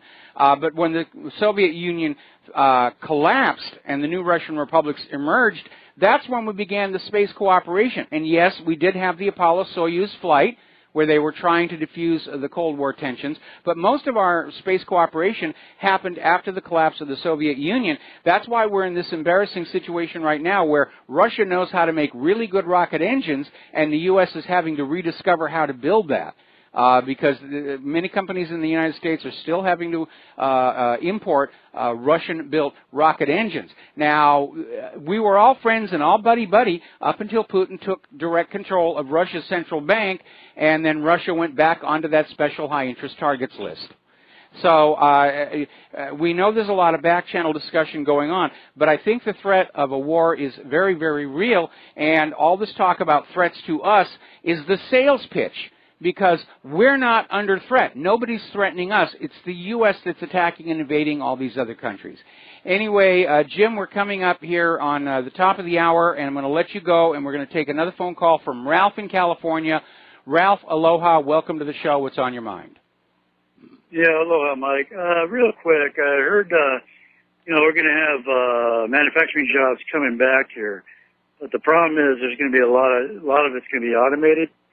So which brings to the point where we're going to start bringing in this universal pay. And what are your comments on that? Because it sounds kind of scary in the future to come regarding that. Well, here, I have two concerns, both of which I've expressed before. If we have factories full of robots and shopping malls full of robots, there are going to be no customers. If human workers do not have jobs and are not able to spend money, then it's all going to lock up. Before the 2008 mortgage-backed security fraud meltdown, consumer spending was 60% of the United States economy, and that is rapidly vanishing. The retail Mageddon is proceeding. Now, this idea of just giving people money, which smacks to me of outright socialism, it sounds like a good idea, and I'm sure the liberals are saying, oh, yes, we'd love to have free money every month. The problem is, where are they going to get it from? Who's going to pay to give 100 million people who are not working a basic universal income? It sounds like a new form of welfare, and under our current fascistic system, I don't see the ultra-wealthy being all that hot on signing the checks to pay for it all. Socialism or liberalism, it works fine until you run out of other people's money. And that's the eventual problem. What we need to do is go back to a system where the American people are incentivized to work hard. And that is done by allowing them to keep a much larger portion of the benefits of their work. What has demoralized and dispirited the American people at this point is this idea that no matter how hard you work, you'll be allowed to keep just enough to stay alive, and the banks and the politicians and Israel and the military-industrial complex get all the rest. And that, of course, has taken the wind out of the sails of America's workforce. Nobody has any hope that their life is going to get any better. We got to take a break for commercials. Thank you for the phone call, Ralph, and we'll be right back. And aloha, America. Welcome back to the show here. We're talking about the economy here, and as you know, there is a big debate going on. It's not getting a lot of coverage regarding Social Security, because Social Security is running out of money. And the primary reason that they are is back during the presidency of Bill Clinton. Bill Clinton basically started borrowing money from the Social Security Trust Fund. Now, before he became president, they had increased Social Security taxes in order to build up a cash surplus in advance of the surge in retirements expected from the baby boomer generation, of which I am one. And Bill Clinton saw all that money just sitting there, and he moved it over to the general ledger and spent it as general revenues, and that's where he got his miraculous federal budget surplus. And what is in the Social Security Trust Fund now is a special issuing of Treasury bonds, which the government cannot make good on. So now they're kind of stuck and saying, how are we going to do this? We can't make good. We're defaulting on the American people right now. So apparently out in Wyoming, Senator Alan Simpson, Republican, is out there saying, it's all our fault. He's saying that the senior citizens, they're the greediest generation. They're just demanding all these benefits. Wrong.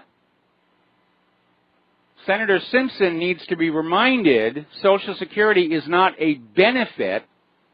It's our money that we paid into the system over the years.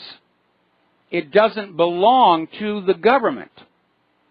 the government doesn't really have its own money. Everything it spends is taken from the American people. And if you take money from the American people and you say somewhere down the road we will be providing you with retirement benefits, that's what's supposed to happen. Social Security originally was about taking the Social Security payments, investing the money, building a profit so that there would be a comfortable retirement. Unfortunately, almost as soon as it began, Congress began using that Social Security money for pork barrel projects that didn't generate a financial return, and in many cases flat out lost money. Then you had Bill Clinton dipping into that cash surplus, and that's why they're in trouble right now. And they're out there trying to say, well, it's all your fault. You're living too long. You're demanding too much. No, we're demanding what you agreed you were going to give us. And over in the private sector, another article out of Goldcore, there is a pensions time bomb in America, and it will be a crisis. Because, again, it's not just Social Security that's being hit by the baby boomer retirements. And the pensions are in major trouble for a couple of reasons. One is that state-run pensions, like the ones in Illinois, may be forced to be liquidated to deal with the state's financial collapse. But a big problem in all the pensions all across America goes all the way back to the 2008 mortgage-backed security fraud meltdown. All right, we're going to do station identification here. When we come on back, we're going to have the lovely Lady Claire. Aloha, America. Welcome back to our show, hour number 3 on this Pauhana Friday. And for those of you watching on BAM User TV, this gorgeous creature sitting next to me is the lovely Lady Claire, who joins us on Friday in our 3rd hour, and she will also be sharing the microphone for at least part of the day next Tuesday, Independence Day. So what is the first thing you want to talk about? Well, this is something... Whoop, I'm sorry, my bad. There we go. Help if I turn up her volume. Probably. Thank you, dear. Sure, do it the easy way. Right. There has been a kerfluffle between China and India. China has warned India to stop, quote-unquote, clamoring for war, and has reminded them of the thrashing they received from the People's Liberation Army in '62. The Indian Army has opened a new helicopter base or bases in Sikkim, and that's where the tensions are riding. Well, right? There's a difference between 1962 and now, and that is that India has nuclear weapons. Yes, I was going to get to that. All I can say is, Sergei Lavrov, white courtesy telephone, please. Because if there's anyone on this planet who might be able to, calm that down, it would be either himself or Putin. I was looking at this area in Google Earth the other day, and frankly, I can't see anything that's worth fighting over. But well, it's different if you're there on the ground. Okay. Yeah. And this came from Sputnik. Is the U.S. really ready for unprecedented actions in Syria? And there was a political analyst by the name of Alexander Gusev. He's the director of the Institute for Strategic Planning, and he made Sputnik Radio aware that the U.S. broadcaster talking about military action in Syria, a.k.a. CNN, Clinton News Network, has kind of played fast and loose with the truth more than one time. And this guy pointed out that CNN reported on the aircraft carrier USS George H.W. Bush, along with 2 destroyers and 2 cruisers, are being deployed in the eastern Mediterranean for routine patrols. Now, he mentioned that the destroyers and cruisers could fire Tomahawk missiles without putting pilots in manned aircraft at risk. And in addition, there are dozens of aircraft already in the Middle East for operations against, allegedly, ISIS, Daesh, in Syria and Iraq that could be used in a potential strike against Syria. Mike, everything I am seeing is pointing to a regional war between the U.S., Russia, Syria, and Iran. Well, we know that the ultimate goal of these wars included Iran and Russia and China, and they just seem to be moving forward with this as rapidly as they can, because public opposition to the wars is rapidly building, not just in the United States, but around the world, rather. And So it feels to me like they're just putting pedal to the metal and hitting overdrive on this thing.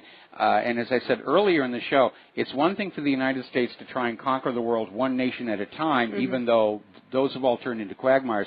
But now it looks like the U.S. is getting ready to escalate in Syria, start something in Qatar, go into North Korea. I seriously doubt the United States can literally go to war with the rest of the entire planet at this point.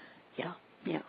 And we had another episode of an Israeli unmanned aerial vehicle targeting Syrian army positions in the Golan Heights after a projectile allegedly fired from Syria landed in the occupied territory. The Lebanon-based Arabic-language Al-Manar television network reported today that the drone struck a Syrian battle tank as well as a 105-millimeter cannon. How large is that, Mike? It's a big Significant? cannon. It's a big cannon. Yeah, you know. And this is the fourth time this week that projectiles from Syria have allegedly hit the Israeli-occupied Golan Heights. You know, and the problem for Syria is they can't strike back. Because if they do, that's going to be the justification for Israel just going on in there and hauling off with all the firepower they have. Well, I think when Israel decides they're going to do it anyway. And again, I'm very concerned about this immediate coming weekend and the 4th of July itself. Because when Israel's going to do something really icky,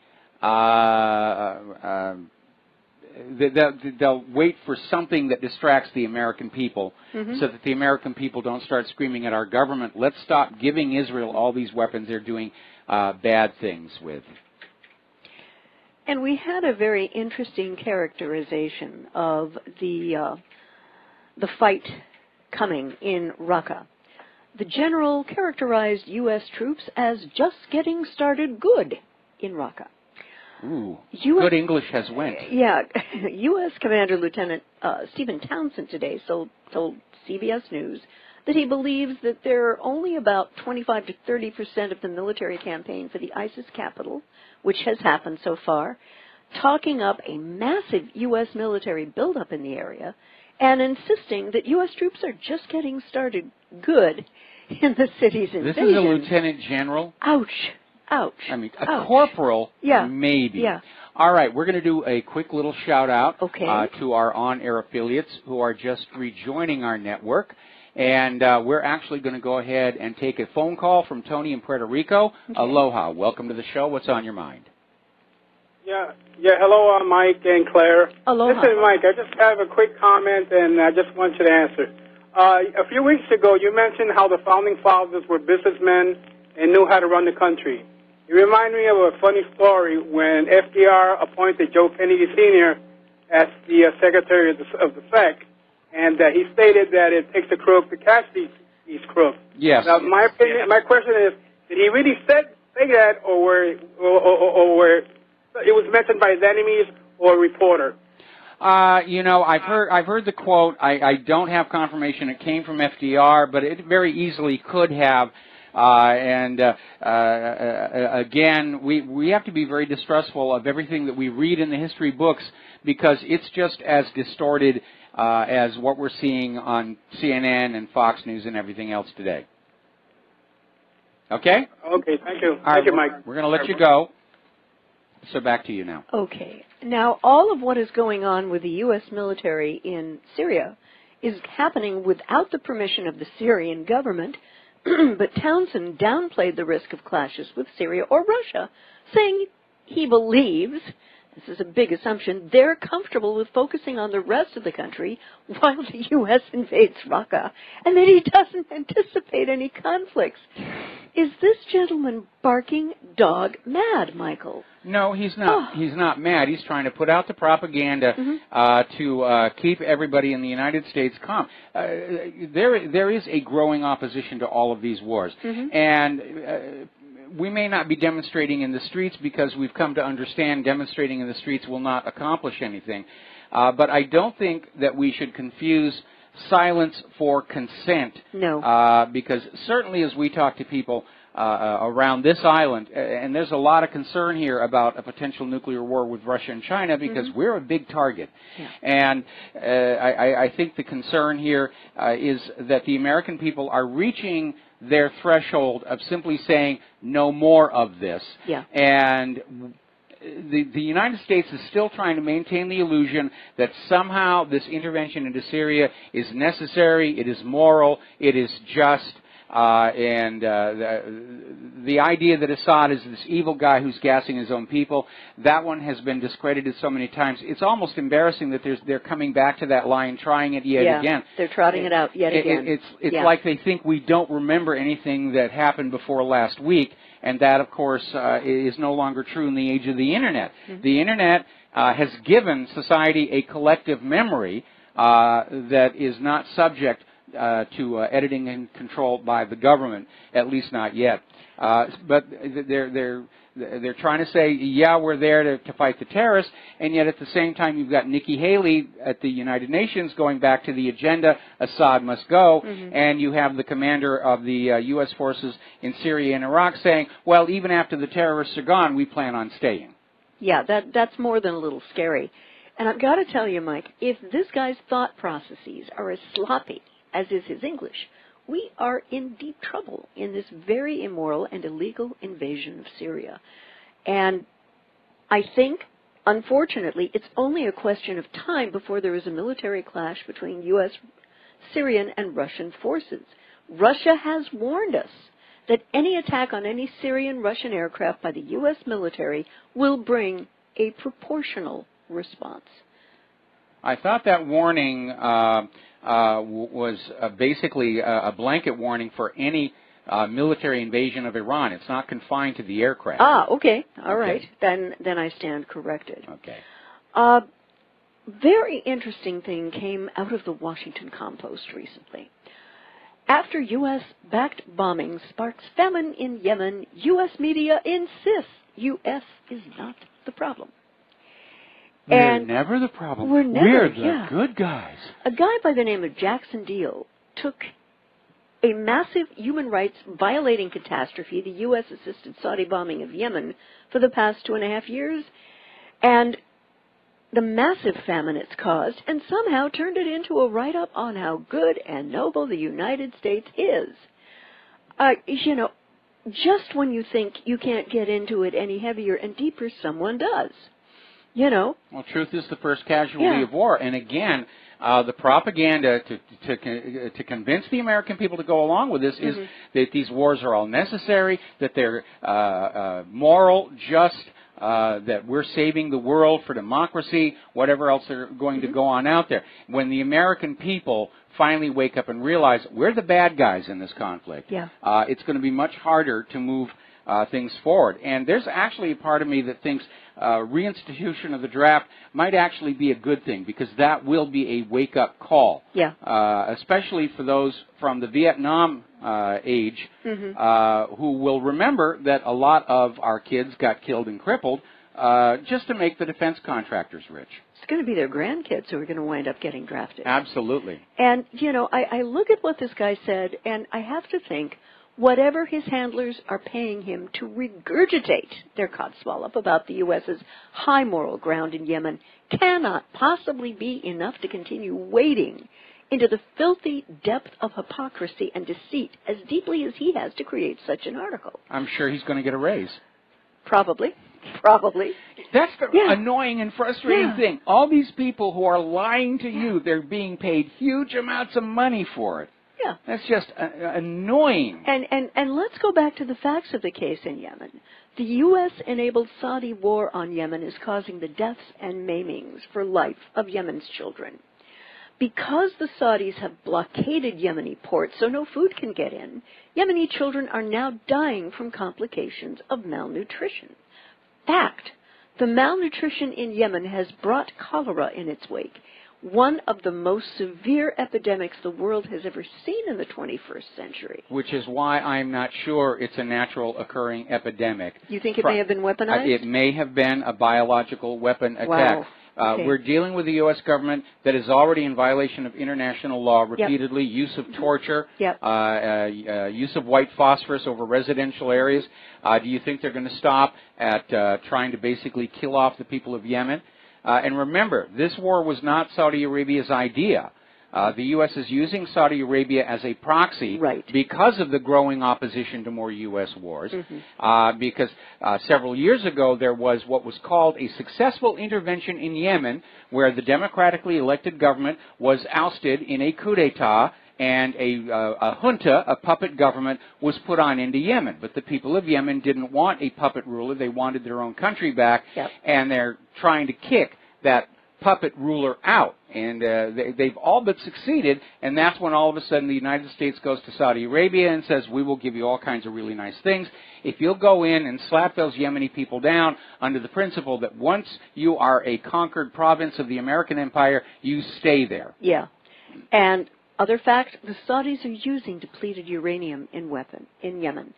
And the use of depleted uranium weapons is having precisely the same effect on children here as it did in Fallujah or with our surface people and their kids, and Iraq, with birth deformities, stillbirths, and cancers just absolutely soaring.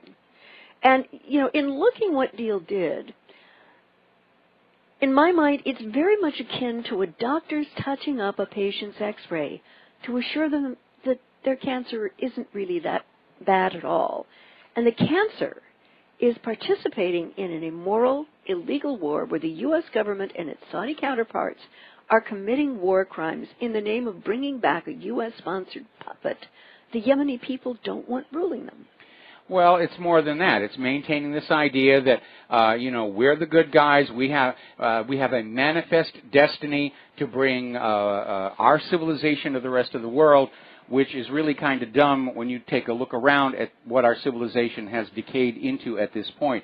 And the other part of the propaganda, of course, is these other nations deserve to be invaded, and what's happening to the civilians who are living there, well, you know, they're godless non-believers anyway, and they deserve what happens to them. It's the same propaganda you get in every single war. You dehumanize the enemy, you give them a slang, negative name, you strip their humanity from them in the public eye, and then you can pretty much do whatever you want with them. Again, an obsolete concept, but that's what's going on. Yeah. Also, it looks as though the U.S. might be getting ready at some point soon for regime change in Iran.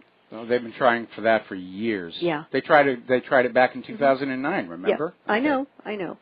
So after 15 years of unsuccessful war in Afghanistan and Iraq, Secretary of State Rex Tillerson says the Trump administration is pursuing a policy of regime change in Iran, which might lead to a third ground war in the Middle East since 2001. What is this man thinking? And, of course, with Iran, there is, draped over the Bösendorfer Baby Grand, the 6,000-pound gorilla, and it's snoozing for the moment here. That 6,000-pound gorilla is Russia, which has promised through the last decades to come to Iran's aid militarily should it be attacked. So war with Russia over Syria and Iran, the thought of this is nothing that I can conceive. It is sheer, absolute, foaming at the mouth, dog-mad insanity. And yet that appears to be exactly the direction in which the U.S. government is headed here. Well, it seems mad until you remember that the ultimate goal of all of these wars is to drag the world back to Bretton Woods, where the entire world is forced to use the U.S. dollar for all cross-border trade and banking, off of which the U.S. financial center makes a huge profit. The Federal Reserve makes a huge profit. Right. And ultimately, in order for that to work, the ruble and the yuan must be destroyed. And the only way you're going to destroy the ruble is to destroy Russia, and the only way you're going to destroy the yuan is to destroy China. And I hearken back to that article by Paul Craig Roberts, who basically came on out and said that his sources are saying there's a serious discussion going on in Washington, D.C. about not even risking losing in a conventional war against Russia and just launching an unprovoked nuclear strike at them, so devastating they'll be too scared to strike back. And that's a dangerous, dangerous gamble. Yeah. And, Mike, to me this is reckless in the extreme, and I say that because at this point in the U.S. military's preparedness, it doesn't have the weaponry, the troop strength, the money, or the manufacturing to ensure a positive outcome to a conventional war with Russia. So the timing is just, it's completely completely insane. I keep thinking back to that stupid cruise missile attack on the Syrian airbase by Trump, and it was a major embarrassment because most of those missiles didn't even hit the airfield, and those that did hit the airfield didn't hit anything important. Yeah, and Russia has been making incredible strides recently in its weapons capabilities. They're showing it at aero shows all over the place. And people are buying this stuff. Yeah, they're flocking to it. They're seeing the poor performance of America's weapons, the very superior performance and lower cost of these Russian and Chinese weapons, and other countries, international buyers that are not under some kind of political or treaty constraint are starting to arm up using these Russian and Chinese weapons. Mm-hmm. And what technology is getting foisted off on our American military? Ladies and gentlemen, I give you Lockheed Martin's F-35. Well, it's been grounded over oxygen problems, flight tests delayed until at least 2018. It's being characterized as a $1.4 trillion national disaster. The question is being asked, is the F-35 a $1 trillion mistake? And it's being characterized as a fighter that won't have a real chance in combat. Well, they're making the same mistake with that they made with the F-4 Phantom. It's an overemphasis on its active defenses and its missile systems. We're going to take a break for commercials. We're going to come on back and bash the F-35 a little more after these few words. And aloha, America. Welcome back to our show here, and we're talking about the F-35. It is a boondoggle extraordinaire, and in many ways, they've made the same mistake with this plane that they made with the original version of the Phantom F-4, in which the doctrine was the missiles and electronics are going to do all the fighting, and the pilot and the F-4 is just going to sort of hang back. And it really didn't work out. The missiles didn't work all that well. Ultimately, I mean, they actually built that first Phantom F-4 without an air-to-air cannon. That's how overly confident they were that all these missiles were going to work. And the missiles always worked wonderfully in testing, and then when they actually got out there in combat, it didn't work well at all. And the U.S. Navy's kill ratio fell to 3-to-1. Which is still good, but not as good as it had been before the war, where it was 12-to-1. So they ultimately literally added a belly pod with a gun to the F-4, which made it heavier and less maneuverable. And believe it or not, they've actually had to do that to the F-35.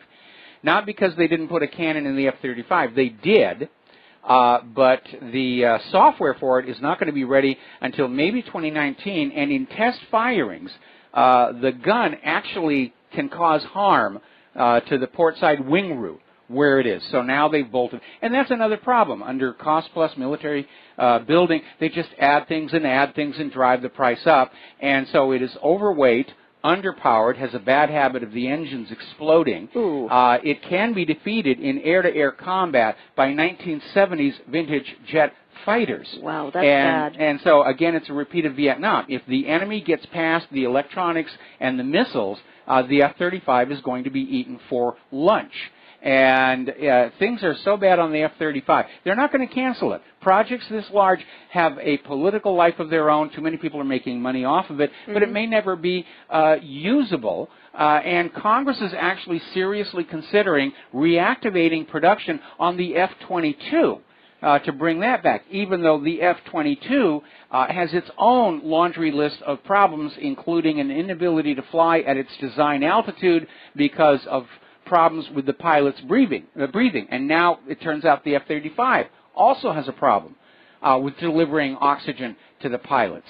And I don't know, did all the good engineers already leave to other countries where manufacturing is still respected? But you look at all the problems with our recent weapons.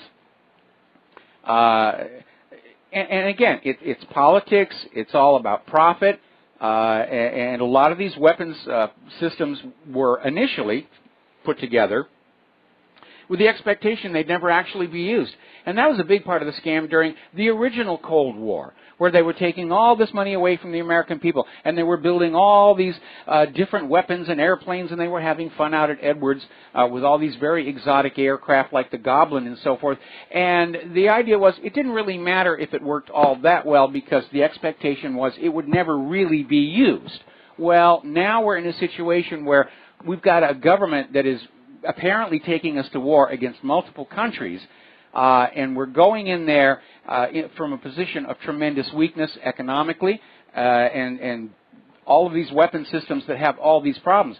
The only thing that we have that is a credible threat right now is the nuclear arsenal, which gets us back to Paul Craig Roberts and his warning that they're actually talking about just hauling off and having a nuclear strike against Russia rather than risk defeat in a conventional war. So it is a very, very scary situation, and I don't understand what's going on. Is there lead in the water in Washington, D.C., like there is in Flint? They're all juiced out of their mind on prescription antidepressants because, frankly, it does, I agree with you, they sound like they're borderline insane. Yeah. And I understand their rationale. We must have war with Russia and China or the United States is finished, but it is an amazing, they're gambling with billions of lives in this argument over whose brand of ink and paper we're going to use for the next 100 years. And you want to talk about insanity, that is it right there. And what is there anything that can be done to change the corporate culture of weapons manufacturing at this point? We need another Harry Truman. Because going into World War II, he saw this was a problem. Yeah. And we've got to take another break for commercials. We'll be right back. Aloha, America. Welcome back to our show here. And before we get back to Claire's talking points here, I'm looking at the Fox News feed during the commercial, and they're out there saying, oh, the militants are now going into Somalia. ISIS and Al-Qaeda are in Somalia. So they're getting ready to invade Somalia because a lot of undeveloped natural resources down in Africa, a lot of gold, a lot of stuff, and it's just waiting there. And how dare those African people set up their homes over our natural resources? So, it's going to happen. Yep. There was an article that came out today that NATO has agreed on Afghan troop boost, wrangles with U.S. on specific numbers, and apparently it was the NATO chief Jens Stoltenberg who today confirmed that there had been an agreement at a ministerial level to plan to escalate military involvement in Afghanistan. The exact numbers haven't quite been worked out yet. And so, NATO Secretary General and U.S. SecDef Mattis, I have a word for you. One of the most classic definitions of insanity is doing something precisely the same way over and over, and yet expecting a different outcome. Surges in troop strength come and go, but Afghanistan still remains the graveyard of empires. Alexander the Great was the only military conqueror who was able to hold on to this, and that was only for 3 years. Apparently, the Taliban still control large parts of Afghanistan, and ISIS has established a foothold. Mike, am I crazy on this, or is there no military metric by which the invasion and occupation of Afghanistan can possibly be considered a success, unless you want to count the absolute explosion in the production of opium poppies as success?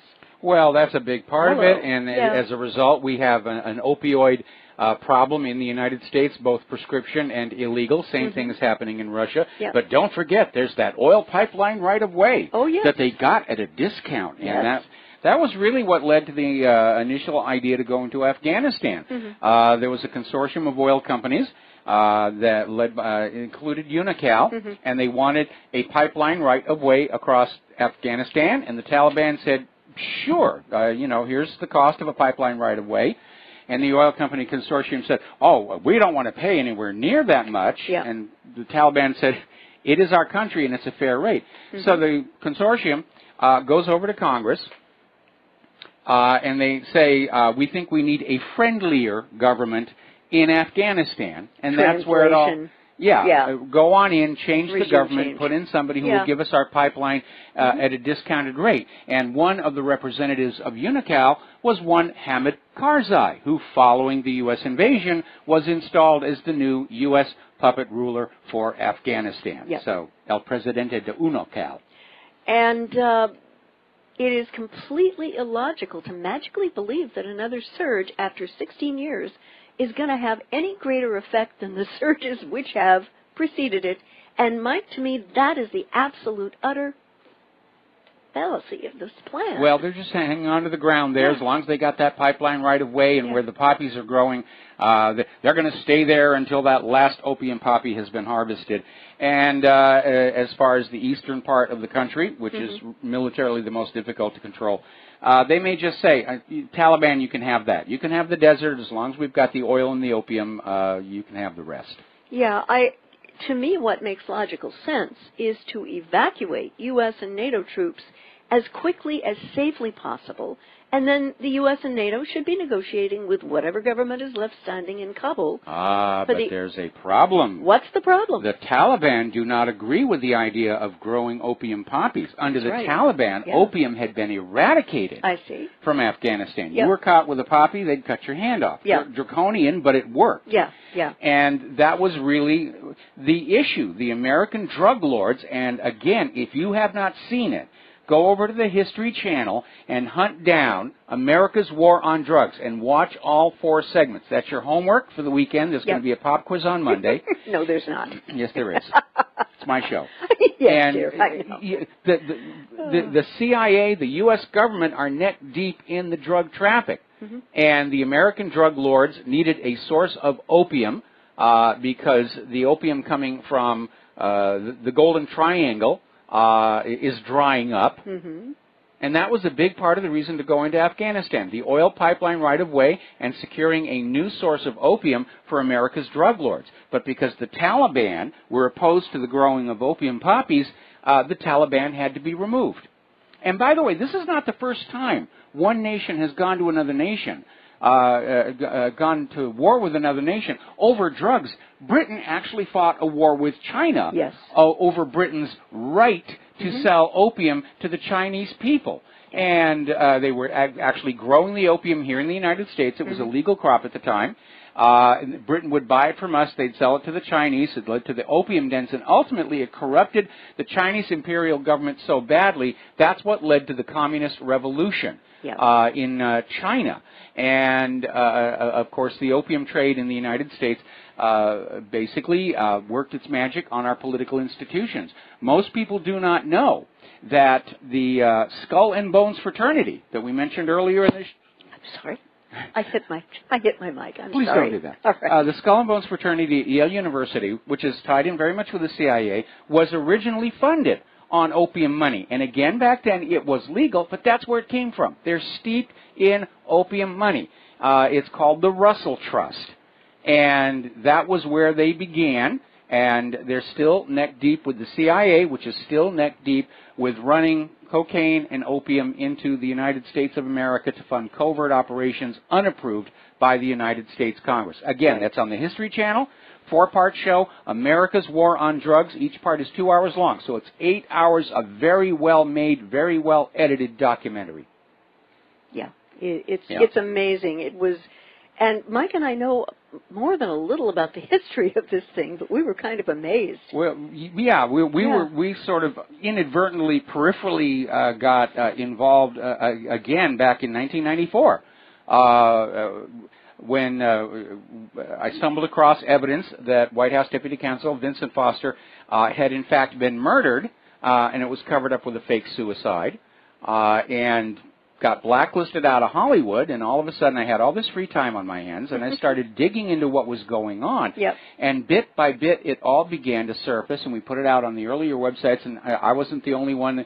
Other people, like I said, Sally Denton, Roger Morris, their article, The Crimes of Mina. Terry Reid, one of the actual pilots, wrote a book called Compromise, Clinton, Bush, and the CIA. And, of course, we were all called kooks and conspiracy wackos and so forth.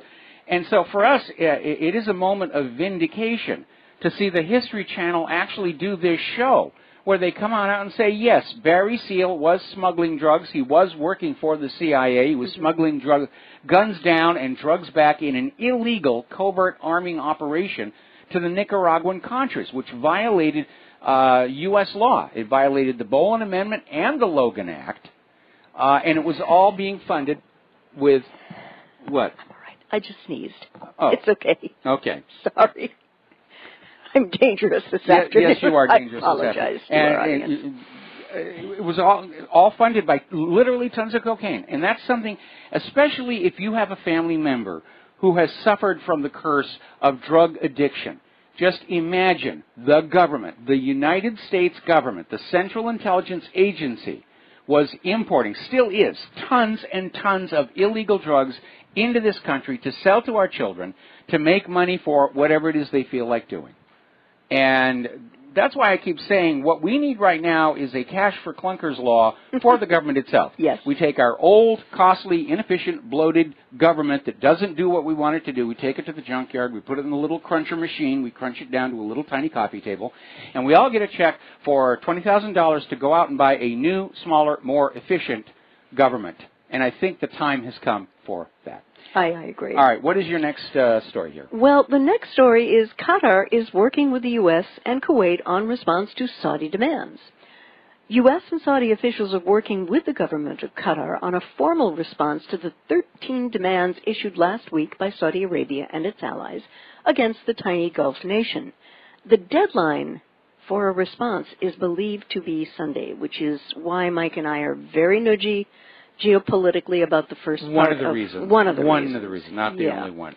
I'm wondering, how do you say go jump in a lake in Saudi? You mean in Arabic? In Arabic. I don't know, but I'm sure that some of our listeners and readers know how. And again, complicating this issue is the fact that the United Nations has come on out condemning the Saudi demand that Al Jazeera be shut down. Yeah. And while all the signs are that the response is going to be some variation on no, Qatari Foreign Minister Mohammed bin Abdullah Rahman Al Thani appeared to want something a little bit more nuanced. That is to say that his country is open to pursuing negotiations. It's not at all clear, though, that that's an option, as the Saudi government has insisted that demands are non-negotiable, and both Bahrain and the UAE have insisted they'll accept nothing less than an absolute acceptance by Qatar. Now, there are a couple of serious questions that are raised by this right now. The first is, precisely what is Prince bin Salman of Saudi Arabia prepared to actually do if the Qatari government tells him to pound sand? He's going to do what he was told to do when the deal was made to put him in power. Is he actually going to go ahead with a physical invasion of Qatar? He might, and that will bring Saudi Arabia into conflict with both Iran and with possibly Turkey as well. And secondly, if such an invasion takes place, what orders have been given to the 10,000-plus U.S. military troops working in Qatar to join the Saudis in the invasion against Qatar, or stand down until the dust is settled? I would imagine that their orders are going to be, forget about waiting for the Saudis, move on the capital. Wow. Yeah. You know, and the thing that is so bothersome, Qatar has actually been a very staunch ally of the United States to date. It's done a lot. So what would a U.S.-enabled Saudi invasion of that country look like to both the government of Qatar and the larger Middle East?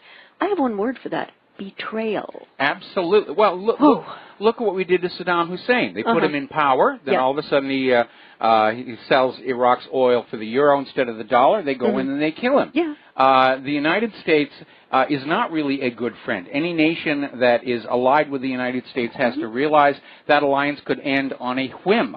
And Saudi Arabia is the U.S. handmaiden in the Middle East, even more so now under Crown Prince bin Salman. But somebody in that royal family has to have the sense to realize that sooner or later the United States will turn on them. I mean, in terms of its relationships with various countries, you can't really say that the U.S. has been a friend. It's been a frenemy, morphing into an enemy. Except, of course, for Israel, which has our politicians by the short and curly. Yes, that's also real. But, you know, that deadline is coming very close by. And I'll share a little story with you. And, again, the idea about friends. Most Americans would probably think that the United States and France have been friends at least since the end of World War II, when we saved them from the Nazis, and we have a special debt of honor to the French for helping us out against the British in the Revolution. But the fact of the matter is that the CIA attempted a regime change in France in the late 60s, and it failed miserably, and it was the backflash from that that led France to demand the redemption of all the Federal Reserve notes they had in gold, which in turn forced Nixon to close the gold window, end gold convertibility, the Nixon shock, which in turn led to the rise of the petrodollar deal. So you can see how all this stuff ties together, because history is not just a bunch of individual names, dates, and places. It is this ongoing tangled web of cause and effect. Well, I know that President Trump is going to be headed to France and to meet with Macron. What do you think the agenda is there? Getting France back on board with the so-called coalition. Most of the countries in Europe are dealing with populations that are as war-weary as the American people are. And they're trying to figure out how they can sort of get us all riled up again and get our anger directed at these enemies. And it's going to be very difficult to do. And we keep talking about the possibility of another false flag, whether it's a virtual 9/11. It's going to have to be something that is really scary, is really felt everywhere to bring that immediacy home. In the case of 9/11, unless you lived near New York City or in New Jersey, 9/11 was something that happened kind of far away, and you didn't feel the shock and the immediate threat of it. And that's one of the reasons why after 9/11 they shut down all air travel, to try and sort of maximize that psychological impact on the American people. So if they are planning on doing something to get the people of Europe and the people of the United States angry and scared and motivated to go back to supporting the war agenda, it's going to have to be something really nasty. Yeah, I would agree. And that's why I'm hoping that nothing happens this coming week and with the holiday coming up. I would agree, but again, you can almost feel the momentum building. Yeah. And it's only a matter of time before this happens. It's very frustrating for Claire and I. We've seen this coming for 20 years, and we've been trying to figure out some way to peacefully sort of guide the nation away from a path to World War III. And obviously on that regard, we have failed. And now we're thinking about how are we going to mitigate the damage to it, which is why we're going to be spending a lot more time talking about the need to prep for in the event war comes to our own shores, which I think it well might in this age of various missiles and so forth. And again, my conviction is we're likely to lose this war, and especially for places like here in Hawaii, that means attack and invasion, and plus just if there's a crash of the economy and the government, there's going to be a crash in the supply chain. And you might want to look at what happened to Germany before the surrender, where the stores were empty, the hospitals had no medicine, and there was tremendous hunger, privation, homelessness. You need to be prepared to deal with that as well. I know that Washington, D.C. is caught up in this idea that we've never lost a war. That's not true. We lost in Vietnam. We never won in North Korea. And contrary to the movies and TV shows, we didn't exactly win World War I and World War II all by ourselves. We had a little help. We waited till we saw which side was going to win, then we hopped on. We're going to take a break for commercials. Back with the last segment of our program after these few words. Aloha, America. Welcome back to our program. Last segment on this Pauhana Friday, and take it away, Claire. You just have to appreciate the irony in this. A House committee votes to repeal the AUMF, the Authorization for the Use of Military Force, and then had it ruled out of order. In a stunning move, the House Appropriations Committee today approved an amendment to the massive military spending bill by Representative Barbara Lee. The amendment passed in a voice vote and would repeal the 2001 authorization for the use of military force. Now, apparently, Representative Lee has been pushing amendments to try to end America's assorted war. That this one actually made it through committee this time is nothing short of a miracle. But the House Republican leadership was also very quick to insist that the vote didn't actually count. House Republicans are steaming about the Lee Amendment, insisting it cripples the legal basis for all of America's many, many wars, not just at the present, but in the future. And they're absolutely right. But there's another factor that is not being mentioned in this article, and that is that the original 2001 authorization for the use of military force was illegal for two reasons. The Constitution does not allow Congress to delegate their authority to issue a war declaration, and in any event, the authorization for the use of military force was activated fraudulently, because when President Bush sent his letter of transmittal to Congress saying, I am turning this thing on, it included two lies. It included the claim that Iraq was involved in 9/11 and that Iraq possessed banned weapons of mass destruction. So obviously, if fraud negates consent, and so this was null and void. But don't you just love the way Congress works again? It illustrates something I said before. We're in a country where we're all expected to play by the rules and follow the laws, but the government just does whatever it wants. We've got time for one last phone call. Terry in California, aloha, what's on your mind? Hey, Claire, I got a question for you. What are these people that are pushing all these wars?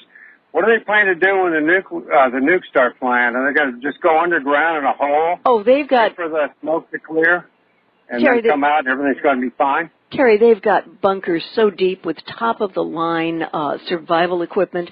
They're not going to have to worry about anything maybe for 10, 20 years. And you paid for it, of course, but you will not be allowed inside there. And like I said, if we're still alive after it's all over, let's find the bunkers and just cement over the hatches. That's my idea. Does that include the whole Congress? Does that include the whole Congress and the Republican Party is pushing this? They're going to let all of them in? No. The continuity of government plan, Mount Weather is where the White House staff goes. The Greenbrier is where Congress goes. I don't know where they're going to sequester the Supreme Court, and frankly, at this point, I don't care. But there are bunkers all over the place. There's one underneath the New Denver Airport. We've got one in the middle of the Ko'olau Mountains here along the H3. They've been building these things for 10 years. When we were still living in Southern California, we could see where they were building some big underground construction underneath the northeast corner of Griffith Park. And they've been digging down and digging all these bunkers and doing all these tunnelings. If you ever hear the story about, the hums, everybody says we're hearing this hums and it sounds like a diesel at idle in a distance. That's a boring machine. And they're digging out more tunnels all underneath the country. Anyway, Terry, got to let you go. There's the music. Time for Claire and I to get on out of here. We have things to do this afternoon, pamphlets to issue, and derbies to smash. Amen. We'll be back on Monday. And again on Tuesday, the Lady Claire will be returning on Independence Day. I know a lot of you are already on the holiday weekend. Please be very careful. Drive carefully. Be safe. We'll talk to you on Monday. Aloha, America.